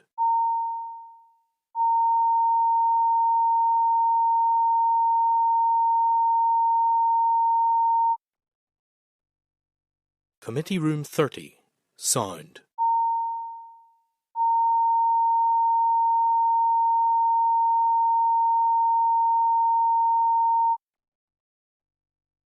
Committee Room 30. Sound.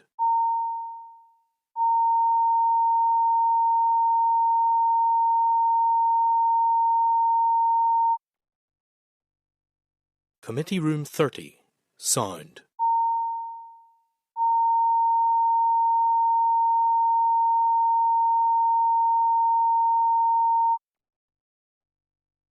Committee Room 30. Sound.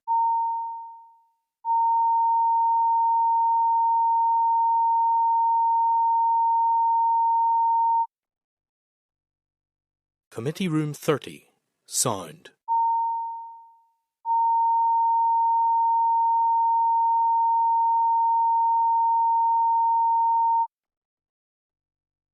Committee Room 30. Sound.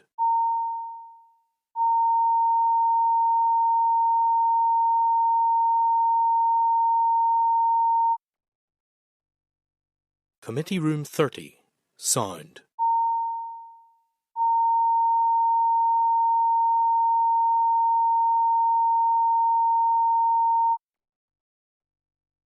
Committee Room 30. Sound.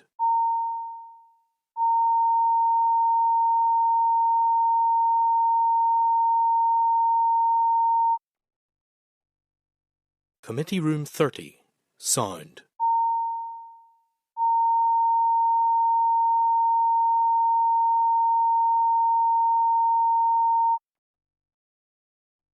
Committee Room 30. Sound.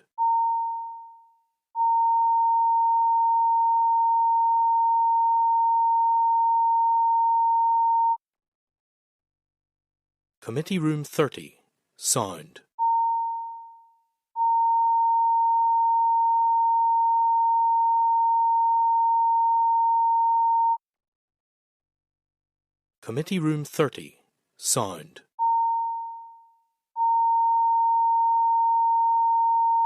Committee Room 30. Sound. Committee Room 30. Sound.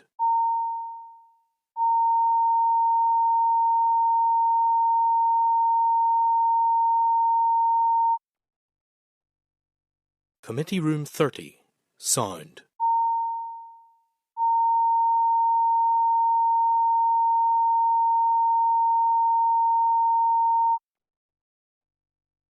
Committee Room 30.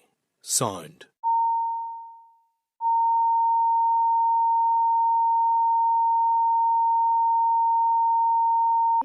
Okay, just to advise members, we're back in open session. Okay, so item 8 on our agenda today is an oral briefing from departmental officials on the draft budget and December monitoring. And members, I'm going to refer you to pages 190 to 193 of the pack for the clerk's brief, pages 194 to 198 of the pack for a briefing paper on the 2025-26 December monitoring round, pages 199 to 210 of the pack for a briefing paper on the 2026 to 2029/30 budget, and pages 3 to 22 of the table pack for a presentation on today's session. And I think that's what we're going to receive in front of us. So members, just to remind that following concerns raised at the last briefing, the clerk met with officials to convey concerns about the volume of information provided in the past. Therefore, the officials before us today will present these figures in a different format to assist our understanding of them. So I'm going to... names. It's Ronan, Murtagh and Paula. Okay, so we've got Ronan, Murtagh and Paula Shearer. Yes. Is that right? Yeah, sorry, they're actually in front of you. So they're going to provide the briefing, and I'm just going to ask you to go ahead and make your presentation. Thank you. Thank you, Chair. Thank you for the opportunity to come along to the committee today to provide an update on budget matters. Whilst the initial request over time that we've been working on was to cover October monitoring and budget plans to 29-30, things have moved on somewhat, and I'll cover this during today's briefing. Taking on board previous requests from members, as you've said, we've met with the clerk of the committee during the summer to explore how we can improve on a presentation and to inform the detail that we provide to the committee. As a result, briefing papers have been provided on each exercise separately in advance of the meeting, and I'll now deliver a presentation, but that will cover both sessions. So in terms of the areas to cover, first of all, the department has been, as usual, involved in the December monitoring update, two separate budget exercises. So the first is December monitoring, focusing on the immediate monitoring for the current financial year, and this provides a further opportunity to review spending plans and priorities this financial year in light of the most up-to-date financial position. And then secondly, the work to develop a proposed draft budget 2026 to 29-30 plans, providing detail on bids submitted as part of the information gathering exercise. And as members will be aware, the Finance Minister has outlined his proposals in terms of a draft budget for 2026 to 30, which is currently out for public consultation, closing on the 3rd of March. And I'll give an outline towards the end of the presentation to help the committee get a sense of what the impact would be should that be agreed after public consultation. In terms of monitoring, first of all, in terms of the first year, just briefly to outline June monitoring. It's a while since we've been with the committee, so just to catch up in terms of June monitoring, it's worth setting out that we secured a number of important uplifts during the current financial year. And on the resource side, this included an additional £2.2 million earmarked funding for ending violence against women and girls in support of our programme for government commitment, £975,000 for good relations, and £2.9 million for communities in transition, which comes through EPOC and would usually come through in the June monitoring exercise. We also received an additional capital support of £650,000 for EVOG and £1 million for urban villages, and these allocations recognise the ongoing demand in these programmes and the need to maintain delivery momentum. In terms of December monitoring, as a result of pressures facing departments and in particular public pay pressures, the Executive agreed that the timing, given the timing of the Chancellor's autumn statement, that the October and January monitoring rounds would be replaced with one single exercise in December. And then the Finance Minister advised that this would allow certainty on any funding flowing from the Chancellor's budget. Would also allow time, most importantly, to ensure that all easements were surrendered in view of the pressures facing the wider Northern Ireland bloc. So no non-ring-fenced resource style bids were permitted. It was all about identifying easements and underspends. In December monitoring was done in two stages. First of all, requiring Executive approval, and then stage 2 is used as a technical process, technical issues, exceptional late adjustments, and an opportunity to identify any further reduced requirements. As always, it's critical to manage within our budget allocations, which we are currently forecasting to deliver, to live within our means. And this has included providing the additional funding to meet the statutory obligations associated with the new language bodies. Through careful management, we identified easements not only to put proposals to ministers to surrender funds towards the wider NICS pressures, but also to identify opportunities to manage our resources within our means, including the bodies. So in terms of December monitoring, the reduced requirements that were identified, ministers approved the return of £56 million to Department of Finance to contribute to the wider financial pressures across the Northern Ireland bloc, notably around public sector pay. So it should point out that things have been moving on since the paper that's been provided to the committee. So in stage 2, we identified a further £4 million of an easement, which is reflected in the figures in the presentation. And within the last week, we've continued to monitor those costs, and we've offered up a further £2 million towards central pressures. In terms of the earmarked pool, which covers HIA victims and truth recovery, reduced requirements of 51.3 million were identified through stage 1 and a further 2 million through stage 2 December monitoring. The budget for truth recovery has been reprofiled into 26-27 due to the revised timelines for their mother and baby institution inquiries and redress scheme, which is now expected in summer 2026, and that has released 27.3 million in the current year. For victims' payments, updated forecasts from Victims Payments Board have identified net reduced requirements of 28 million after meeting HIA pressures of £6.5 million, and this is based upon the payment profiles updated from the board, reflecting the up-to-date experience and improved forecasting in respect of payments made. But as always with victims' payments, it's vital to stress none of this has any bearing on the entitlement of victims. This is purely about the timing of payments and the throughput through the system.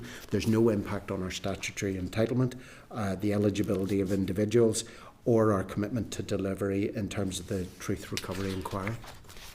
In terms of non-earmarked resource, much less in terms of the easements identified. We identified net easements of £770,000, mainly arising from salary underspends due to vacancy management.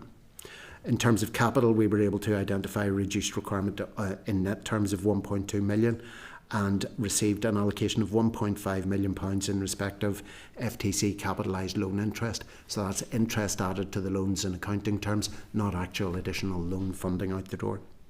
Through stage 2, we were also able to process money into the department, so net refugees and asylum support and integration earmarked funding of £9 million from Home Office and the Ministry of Housing, Communities and Local Government for Homes for Ukraine and refugees and asylum seekers, and of that amount £4.1 million was subsequently transferred to other departments as they are responsible for delivery to those impacted under the schemes. So in terms of the next slide, this gives a representation just of the breakdown of the budget for the current year. Our overall non-earmarked and earmarked budget after December monitoring was £193 million. So of that, 56% or £108 million is earmarked and 44% or £84 million is non-earmarked. So this slide provides information in terms of how the non-earmarked resource DEL is allocated across TEO for 25-26 following the monitoring round.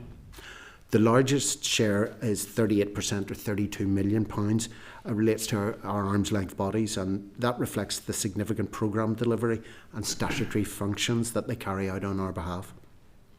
Good relations, including urban villages in Ebrington, continues to be a significant area of focus and investment and accounts for 15% or £12.6 million of the non-earmarked budget. International relations 7%, race relations, equality and CIT 6%, and programme for government and executive support 9%. Ending violence against women and girls is split across earmarked and non-earmarked. Within the non-earmarked area, there's 3%. So in total, those areas account for 24% of the total non-earmarked budget, and the balance covers other central support services as well as SIPANI and AGNI. The overall position, as for all departments for TEO, is incredibly tight. We're forecasting to live within our means, but it will require careful management to do so. So in terms of our earmark, the greater portion of our budget, £108 million after December monitoring, 84% relates to the earmark pool, and that covers VSS and COSICA as well. So it's HIA, truth recovery and victims payments. The fact that we can veer between those amounts in budgetary terms is critical to the management of those budgets. Other than that, the earmarked areas include CIT and race relations, total £7.5 million. Ending violence against women and girls, £4.2 million. £2 million was allocated at the start of the year and £2.2 million in June monitoring. Windsor Framework 2% being £1.8 million and Peace Plus 3% being £2.8 million. And overall the earmarked budget is dominated by the statutory redress schemes and the victims pool, which represent the core of TEO's earmarked responsibilities. And those funds can't be applied for any other purpose. but I think it's fair to say that's worth highlighting by the nature of earmarked. All of these are individually earmarked other than the pool. So underspends in any of these areas can't be applied for any other purpose. Within the pool it can be veered, but not outside the pool. So we can't use it for any other means. Given the demand-led nature and volatile nature of the resource requirements, it's very demand-led, the pooling continues to be essential. In terms of our capital budget, 57%, 8.5 million, represents the investment in urban villages, reflecting the ongoing regeneration and public realm projects across the 5 urban villages area. Ebrington and Maritime Museum accounts for 18% or 2.7 million and reflects the supporting continued redevelopment of the site and infrastructure works. ALBs represents 9% or £1.4 million, covering essential capital maintenance and upgrades, and the remaining 16% sits across a range of smaller capital pressures and statutory requirements.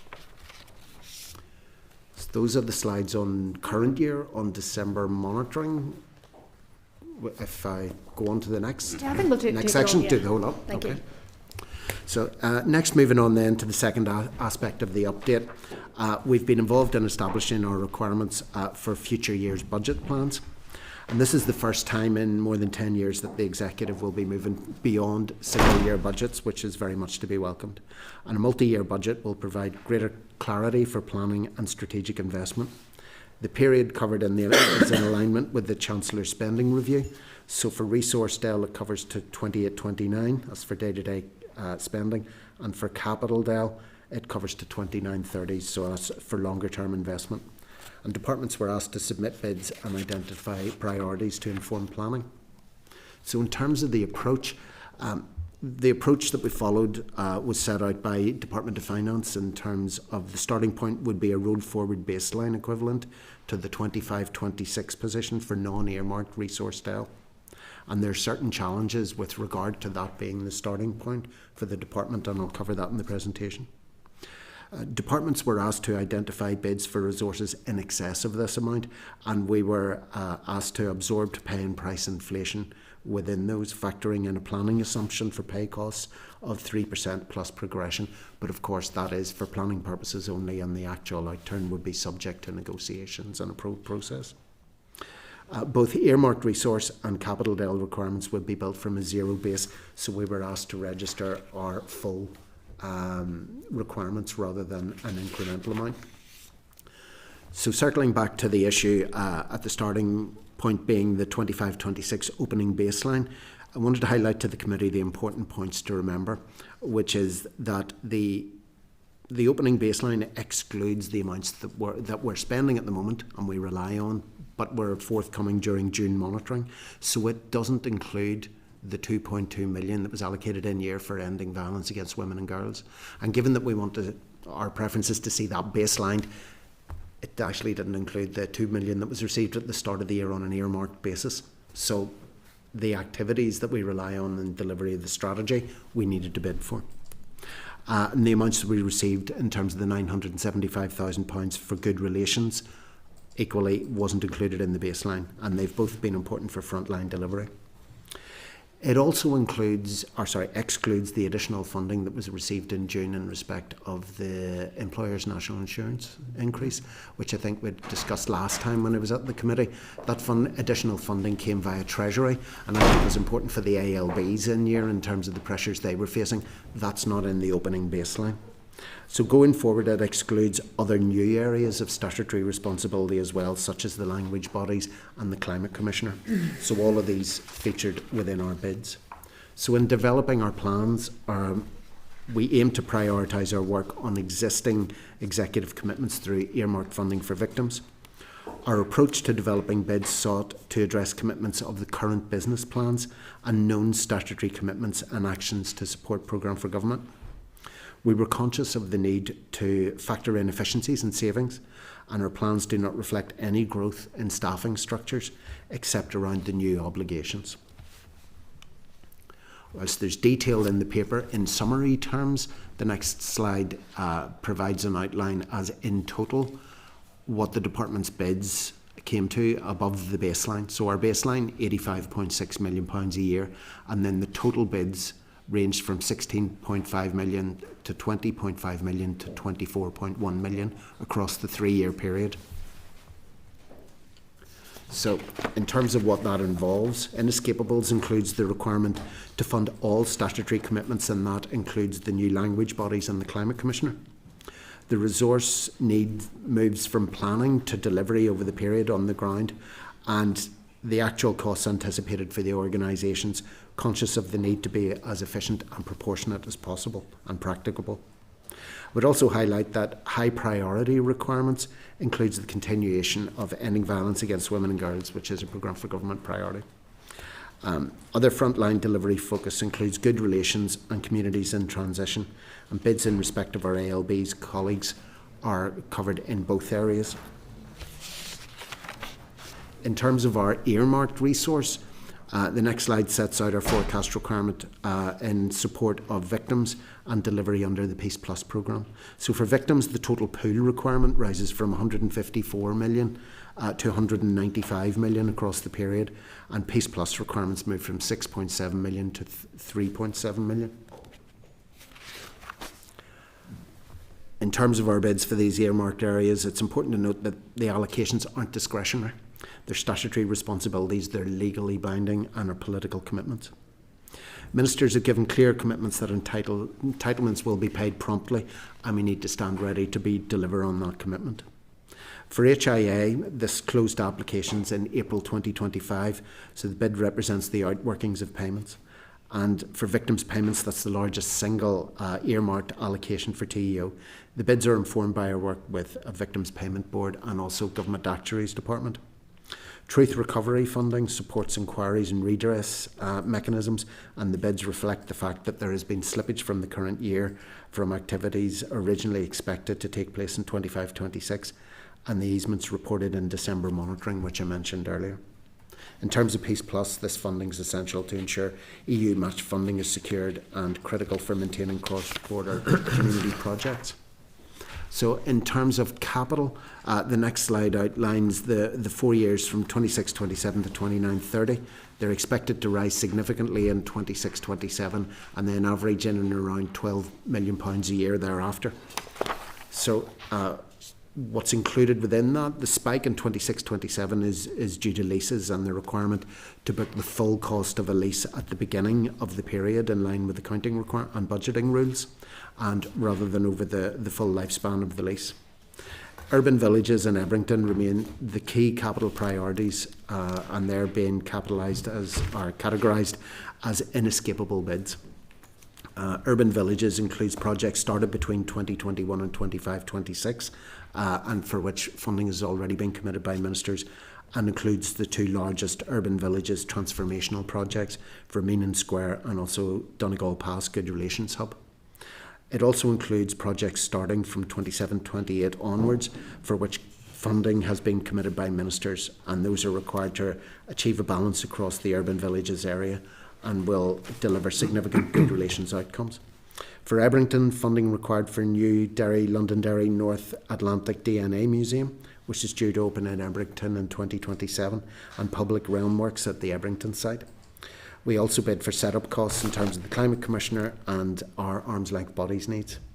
High priority bids include funding to allow for appropriate capital works for World War II hangar roof repairs and minor health and safety capital works at Maze Longcash. Desirable bids include funding requests for health and safety works at regional government headquarters, also known as the bunker, and other minor capital works and IT upgrades for our ALBs. Bids also included marker bid to allow for exploring the potential of a capital scheme for victims for research relating to transformation, and includes the Office of AI and Digital. So then finally, moving on to the Finance Minister's draft budget proposals.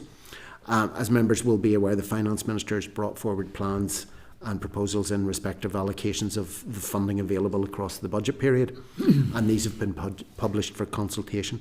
Plans are subject to agreement by the Executive, but I've set out for the committee some summaries that might be helpful in assessing the impact of those proposals, were they to be agreed in their current form after the consultation.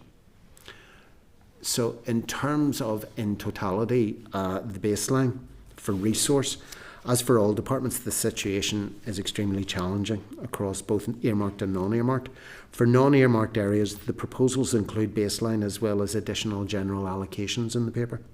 We also note that some of the bids submitted by the department as non-earmarked are actually in his paper proposed as earmarked, so we've put that in the full assessment to assess the affordability, and those relates to ending violence against women and girls, the language bodies and climate commissioner. The allocation for ending violence against women and girls do not provide the full amounts requested for 26-27, and all of this, whenever they're taking in totality, do highlight a shortfall across all years. These aren't formed budget plans. It's not an agreed executive position at the moment, so it will require decisions to be made and proposals and discussions with ministers as to how we live within our means, but ultimately the starting point will be the need for an executive agreed budget position. And then in terms of the earmarked, for earmarked allocation, the proposals are set out that we would be allocated amounts at a lower level than those requested. So no proposed capital allocations are set out in the slide because the proposed allocations are set out in line with what we had put in bids for. So there isn't a gap to highlight. So in terms of next steps, obviously the executive agreement of budget plans would be required. That will allow us to conduct our assessment in terms of the equality screening to assess the impact on Section 75 groups and assess whether there is a consultation that's required in terms of impact. And then that will allow us to advise ministers on the final spending plan proposals. And then we can provide an update to the committee going forward once that's finalised. So hopefully that has been very fulsome. Fulsome. Yes, very fulsome. Hopefully it covers all the areas, but please, I would very much welcome feedback. If there's areas that it doesn't cover that you would like to see covered or require further clarification, please welcome feedback. No, I would concur. I think Philip said there, I think it's very fulsome, and I think that that's actually easier for some of us to sort of digest it in that format, so thank you.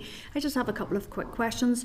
So you mentioned obviously the Urban Villages programme, and I'm going to be quite gratuitous here. You mentioned the Good Relations Hub in Donegal Pass, which is fabulous, but another one that is so people are so excited for is the refurbishment of the former School of Music, and I'm just wondering, is that maybe, Ronan, where you sort of mentioned that it isn't featured yet, it would still require a degree of... Well, I think the only ones that were mentioned were the big transformational ones. So I know the School of Music was approved by ministers in November 2024, so that features in the plans.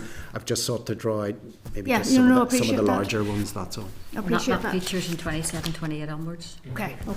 Thank you. So the other bit that jumps out at me is the spend against the Mother and Baby Inquiry and Redress Scheme from summer 2026. So we're literally a few months away from that, and obviously we have just finished our deliberations of the bill, and I'm just wondering how ambitious that is, and you know, any thoughts? In terms of that, in the terms spend of the starting time frame, then, the spend starting in next year, we're working on the fact that at the moment that would be summer 2026.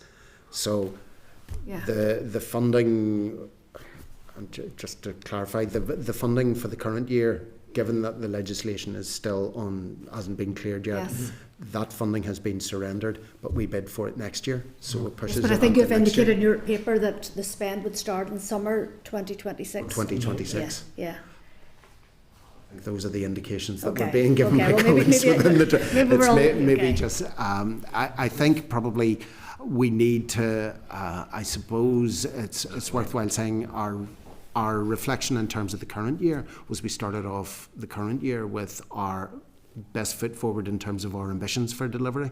And I mean, we have to have stretching targets that we're going to aim for. Ultimately, if it doesn't take place, any of the allocations that we get from Department of Finance within the earmark pool can't be diverted to anything else. So anything that isn't spent is surrendered back to the centre. I think that, and I was actually just about to come on to that in terms of one of the slides there you said about the bids, some of it's inescapable and some of it's high priority, and it pretty much outlined most of TO's functions and key programmes and stuff, and I'm just wondering whether there was any, where there's slight slippage within the year, you can move it about, but as you're saying, no, if it's been allocated against a certain aspect of the TO budget would have to be surrendered. Is that what you're saying here? If it's non-earmarked and Non-earmarked, subject okay, to sorry. minister's decisions, subject to minister's approval in terms of reprioritising, it can be we have the ability to move money across budget lines, subject to minister's agreement. I think our main focus as we work through the remaining stages of 25-26 has been more about the wider piece and in terms of the pressures facing all departments across the block, and therefore there's been more of a push to surrender money towards the greater need. Okay, thank you. Deputy Chair, go ahead, please. Thank you. Thank you for the information. It's been very helpful. Just a number of questions just about some of the information you've given us. The revision of leases. What sort of area does that? What leases on what does that cover? And has there been a review to see whether we need those leases to continue? I should say from the outset that any proposal to sign a lease requires a business case. Yes. So in every case it requires a justification to be brought forward, and where necessary any approvals from Departmental Finance. So it certainly is reviewed at each and every stage. Equally, any opportunities within the NICS estate rather than signing leases. But of course, equally for our department, not all of the leases are local leases, and for overseas offices that plays into that space. So yes, we do review that requirement, but equally in association with our arm's length bodies, particularly with regard to our new arm's length bodies, we review any opportunities for shared spaces and for back office functions, and any opportunities where there is to reduce the administration cost, and to seek out synergies as well and opportunities in terms of operating within shared spaces as well. So I know certainly with Equality House that would be one of the areas that springs to mind as falling into that category. Yeah, having recently been there, just that was one of the reasons that came to mind in respect to this. But is there an overall or overarching project to review leases with all of that in mind, in terms of shared space, in terms of delivering, as you say, the synergies of the various bodies that occupy these spaces?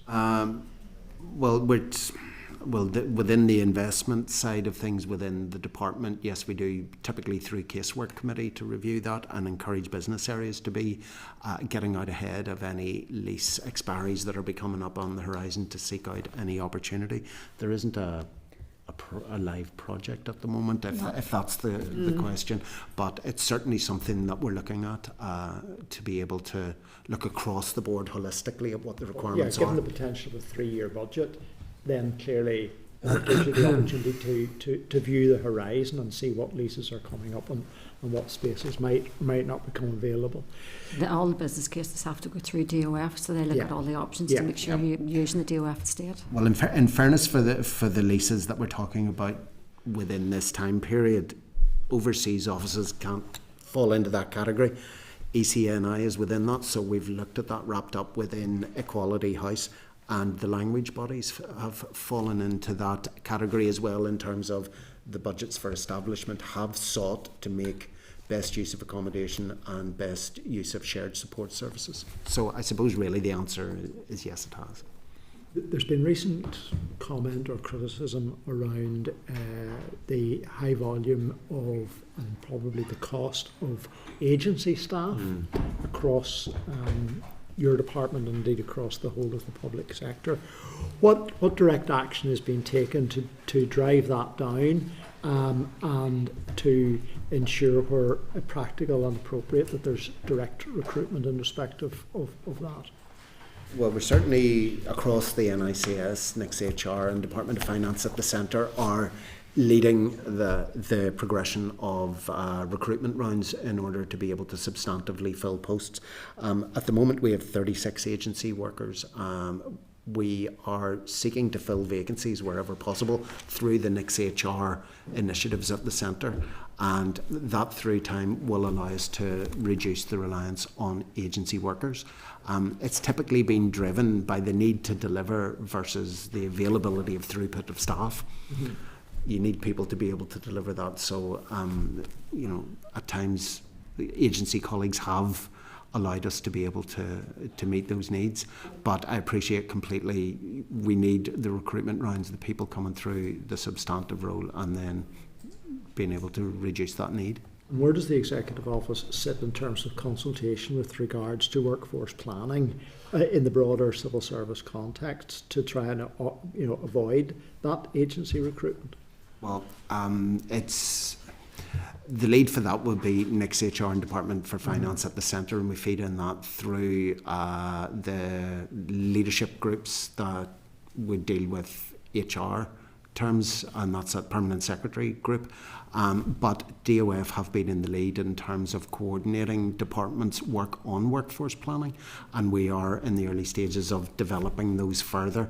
We do have breakdowns of our staffing requirements and so forth, but we're going to develop that further, and that will link in as well with looking at our agency requirements, the recruitment that will be undertaken through Nick's HR, and then looking at our own internal processes as well, because there is a need to drive out efficiencies across the board. So we will constantly review, as I say, our footprint as an organisation, just to make sure that any of the posts that we are looking to fill is are that actually an aspiration required. or is that actually something that you're, as a department and the leaders in the department, are prepared to deliver and drive their way through that? I think we have to must confirm that we are doing that. All departments are required to do that, as any organisation is, and that forms part of the strategic longer term planning. Just finally, Chair, then, in terms of the totality of the budget, both looking backwards and looking forwards, what efforts are being made to assess the value for money for every single project that has either been delivered or is currently in progress or is planned to be delivered going forward? Well, we rely in terms of our value for money. We take value for money very seriously in terms of our governance framework and control mechanisms. And everything that we do is not only open to public scrutiny, but also internal and external audit across the board. Every proposal in terms of spending plans would be subject to business case requirements under that governance framework, and would, where required, also require ministerial approval, permanent secretary and Department of Finance. In terms of then monitoring and evaluating as programmes are delivered, that is being developed even further in terms of the data that is gathered and reported. I think it mentioned last time about when I was last here, our recently published at that time annual report and accounts, which does give dashboard outworkings in terms of CIT and ending violence against women and girls and TBUC. So it does give a readout in terms of how we're performing against the metrics. But everything in terms of the delivery against business cases, we have post-project evaluations that are conducted afterwards in terms of best practice to ensure that that's delivered. We can be guaranteed that when you look back on projects or continue to approve projects going forward, that there's no just simply people are comfortable delivering that and that there is no real detailed scrutiny of how things might change to either deliver more effectively or do we need to continue doing them even? I think, given the subject matter of today, the need to constantly review how we deliver and to do things differently and to transform and to avail of new opportunities is critical to how we're going to be developing our plans going forward. So it certainly is part and parcel of how the department will be moving forward. And I think every post-project evaluation would have a lessons learned as well, which are shared. Thank you, Chair. Thank you. We've got Philip next, please. Thank you, Chair, and colleagues, thank you very much for that. I suppose I should declare a couple of interests just because they were raised. So victims' pension, my mother receives a victims' pension, and in relation to the language commissioners, Lee Reynolds, who is the British and Ulster Scots Commissioner, was my election agent at the Assembly election. Firstly, can I thank you in relation to your work on urban villages and allocating additional funds. One of the new projects brought in was Westland Community Centre in North Belfast, so can I thank you for that. I just want to check in terms of budget and what work has been done. I know it's under consideration by First and Deputy First Minister in relation to the next phase of urban villages. Has there been additional profile made for potential new areas of urban villages? Urban villages too. No, everything that's covered in the plan so far is the current phase of urban villages, so that's that's in the planning stage. Okay.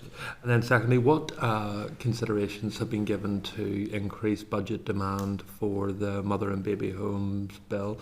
You'll be aware that not from we had a different position, but the committee has adopted a position in relation to the changing of the posthumous date. I'm just wondering what the impact on the budget and projected services that the Executive Office would be able to deliver should that be passed by the Assembly.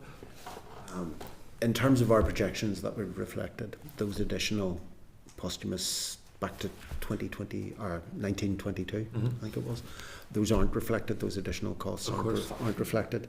So if those were to be agreed, the cost would be in around 27 million estimated over 3 years, plus additional administration costs. Yeah. And if you were to put that into perspective in terms of trying to save £27 million within your current budget, what would that look like?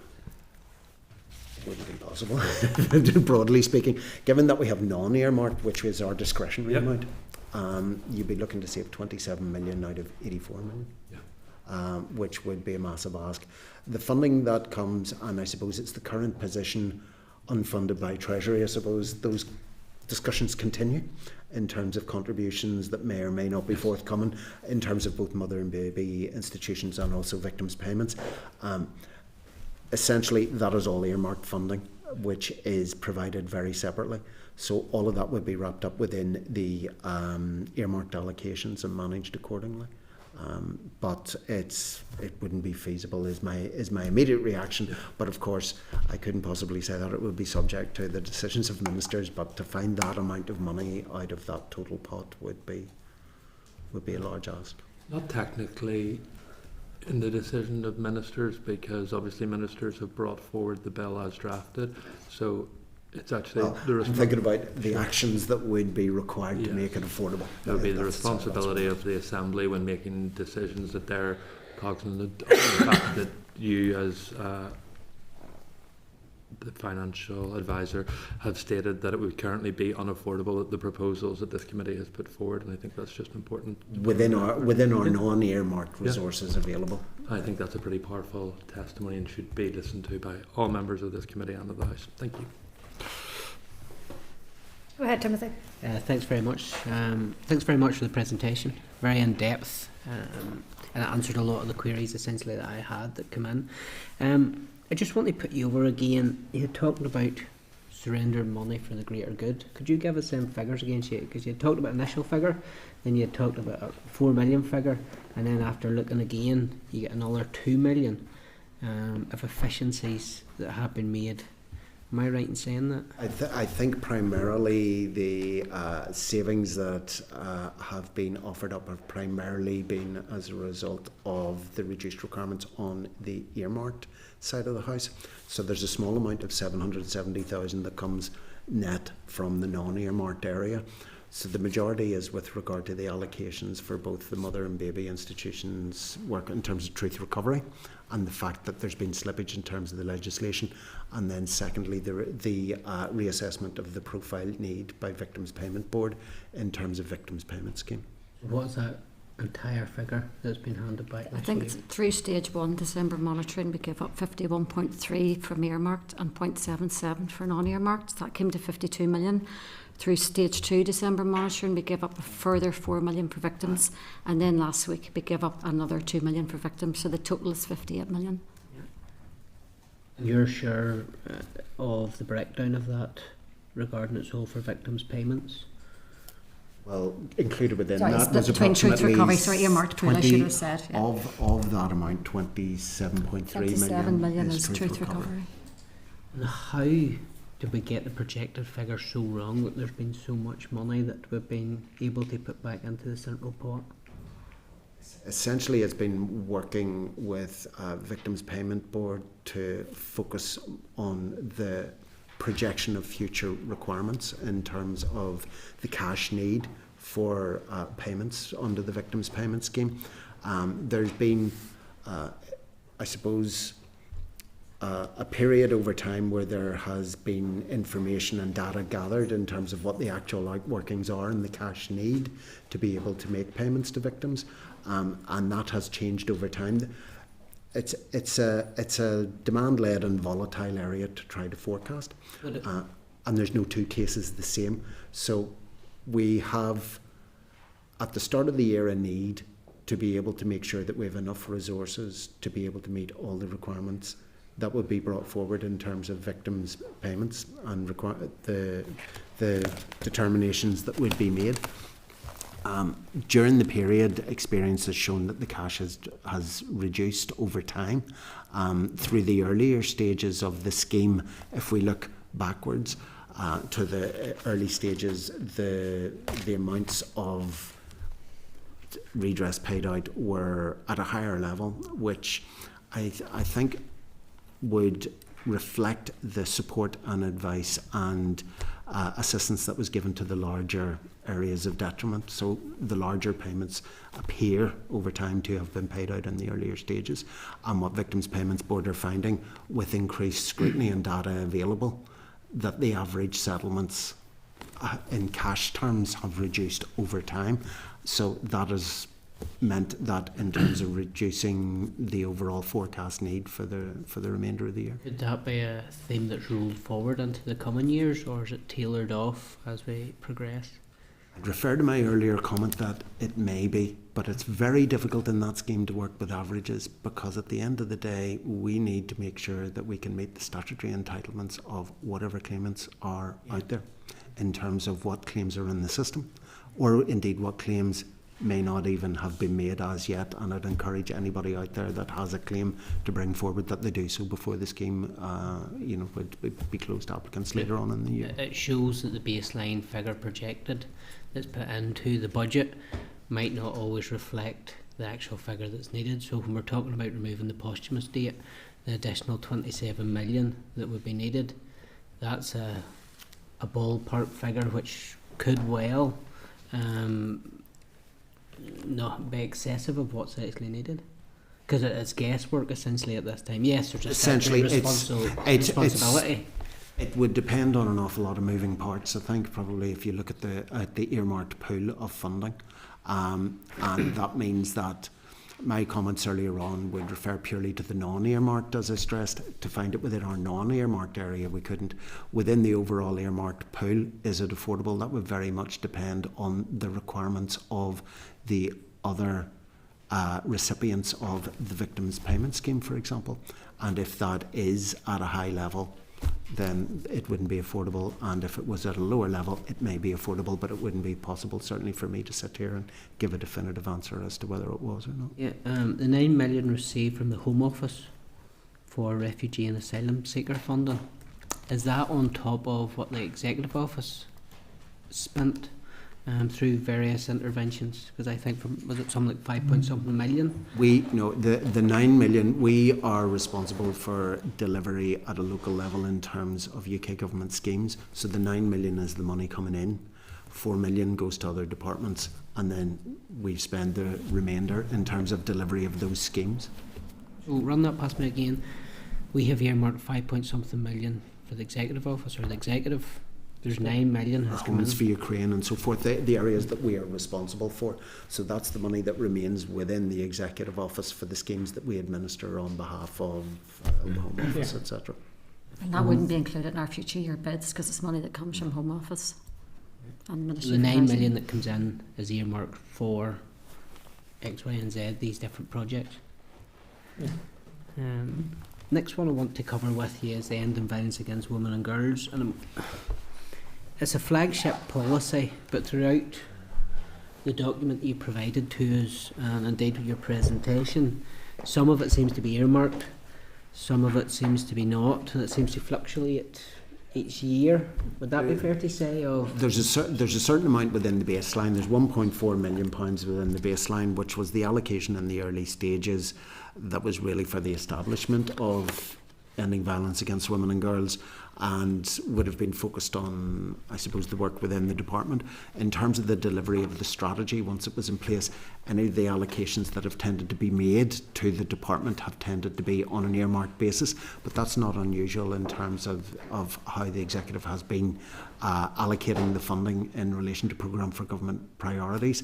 The money is allocated, earmarked for that purposes and that purpose only. We're looking at Annex A.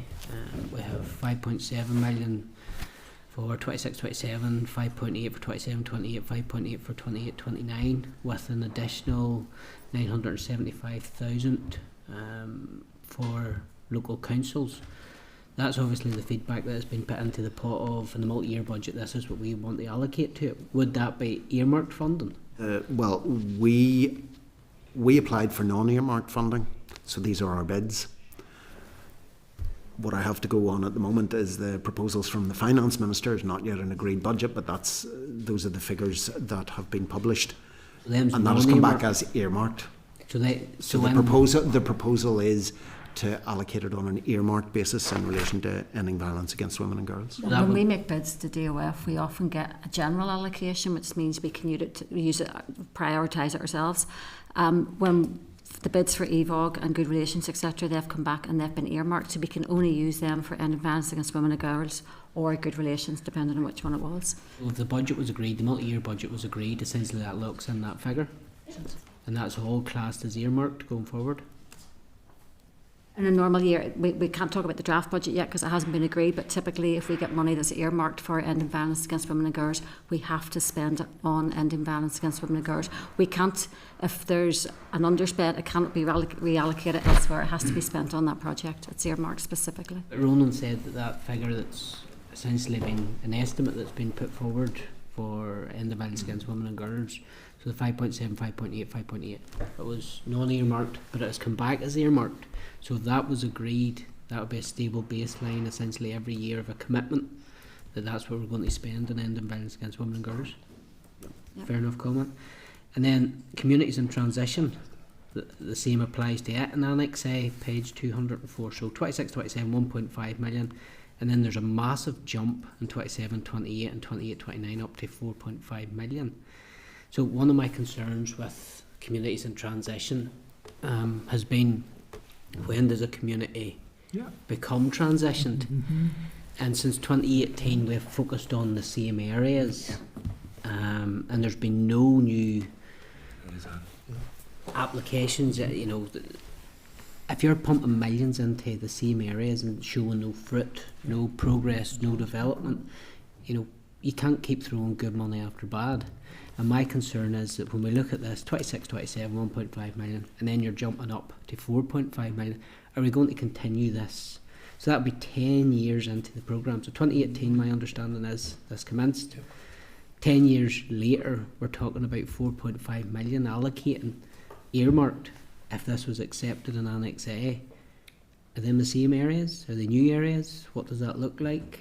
Well, in terms of communities in transition, the reason for the uplift post 26-27 is because that's the end of the EPOC money that is coming through. So in 26-27, there is an agreed commitment of 2.9 million coming via EPOC. The 1.5 million was to be able to expand delivery into other areas. So that was our ambition set out in the bids.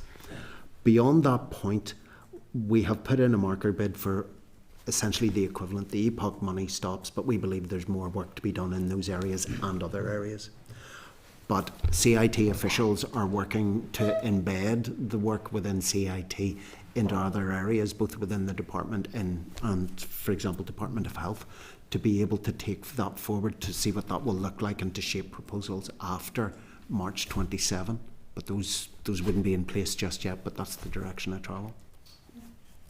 Right, thank you.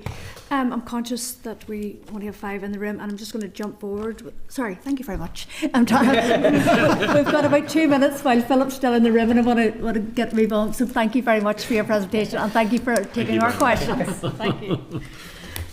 Was there any actions from that, Clerk? No, not that I noticed. Okay, item 12 then, draft board work programme.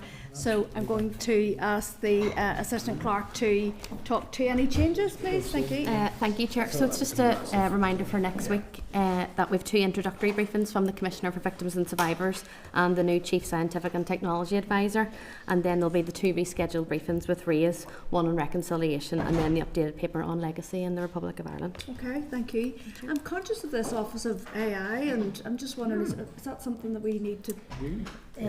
Chief Scientific and Technology they advisor. cover all that? Yeah, they She'll have cover that? responsibility Okay, for that, okay, so I that's think it. we'll cover that. Just checking. Go ahead. Regarding the Quality Commission, have we made any progress of when they will be coming back to see us? I'm just very conscious that they were the ones that put the guidance into the public domain, and if they won't answer questions on their own guidance that they put into the public domain, my default position is, well, then they should be withdrawing their guidance if they don't want to stand over it in front of this committee. So press the committee that that's rescheduled as quickly as possible to talk about their guidance that they have in the public domain. Yeah, just to say on that, I have contacted them following the cancellation of or the postponement rather of the last evidence session, but as of yet I haven't heard back as to any kind of estimate of date, but we will keep on that. Okay, everybody else content with the forward work programme? Okay, thank you. Okay. You want, I don't think we've Thank you, sorry, I have a flight to catch. Thank you. So correspondence, members, I don't think we're going to have to take any decisions on this. No, so but you can just note. Just note, okay. Members, I'm just going to refer you to pages 212 to 215 of your pack for the summary of committee correspondence, and I'm just going to draw your attention to, members, I'm just going to draw your attention to a single item, and that's the invitation from the Northern Ireland Human Rights Commission, and you'll find that on pages 219 to 221 of your meeting pack. And just to say that the committee has received an invitation from the Human Rights Commission around its annual lecture 2026, and that will be held on the 26th of February this year at the Bar Library in the Royal Courts of Justice Belfast, and also online. Just to note this item and advise that members who are wishing to attend should register using the link provided in the invitation. So I'm just going to ask the clerk read some other items on into the record. Thank you. Thank you, Chair. Item 8.2, Northern Ireland Youth Assembly is their outcome of the first Youth Assembly plenary of the third mandate. For members to note, item 8.3 is a news release from the Department, which was an executive statement on the local growth fund. Item 8.5 was the 54th report of the Examiner's Statute Rules, and for members to note, there were no rules for the attention of this committee. Item 8.6, Committee for Finance, a Hansard report on the Administrative and Finance Provisions Bill. TEO provided an evidence session to that committee on the 21st of January 2026. Item 8.7, a news release from the Department, which was called ONS Doors to Turn Dust into Power in a £9 million first of its kind investment. Item 8.8 from the Committee of Finance was the 25-26 public expenditure outturn and forecast outturn for November and December positions for all departments. Item 8.9 is a report from Pivotal entitled 2 Years of the Restored NI Executive. And item 8.10 was a departmental response to committee correspondence of the 21st of November 25 into the review of arm's length bodies. Okay, thank you. Any members have anything to raise in relation to correspondence? No? Okay, thank you. Okay, any other business, members? No. Okay, so date, time and place of next meeting. So next Wednesday, the 11th of February, in this room, room 30 at 2 p.m. Thank you. The meeting is adjourned. Thank you. Thank you. Committee Room 30, signed.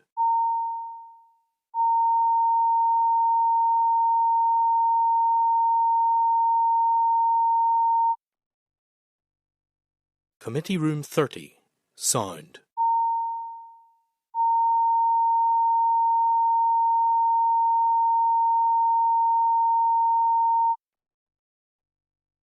Committee Room 30, signed.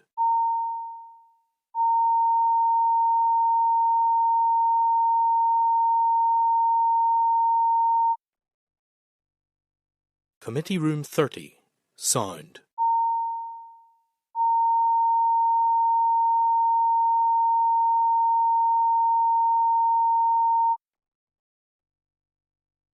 Room 30, signed.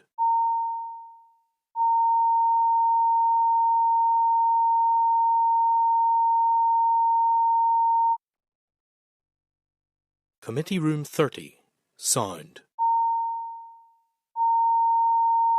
30, signed. Committee Room 30, signed.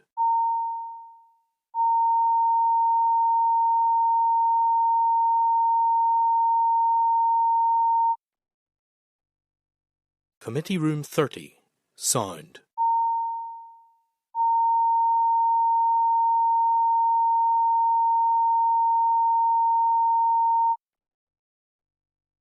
Committee Room 30,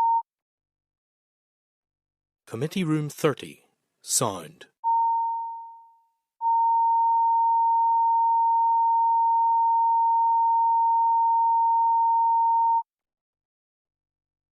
Committee Room 30, sound.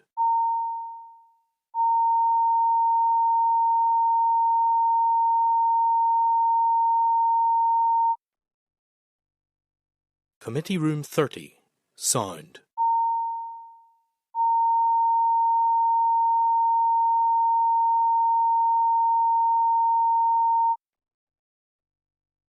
Committee Room 30, sound.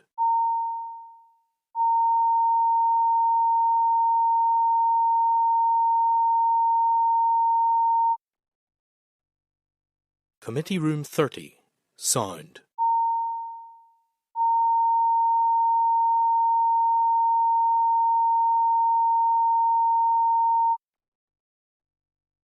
Committee Room 30, sound.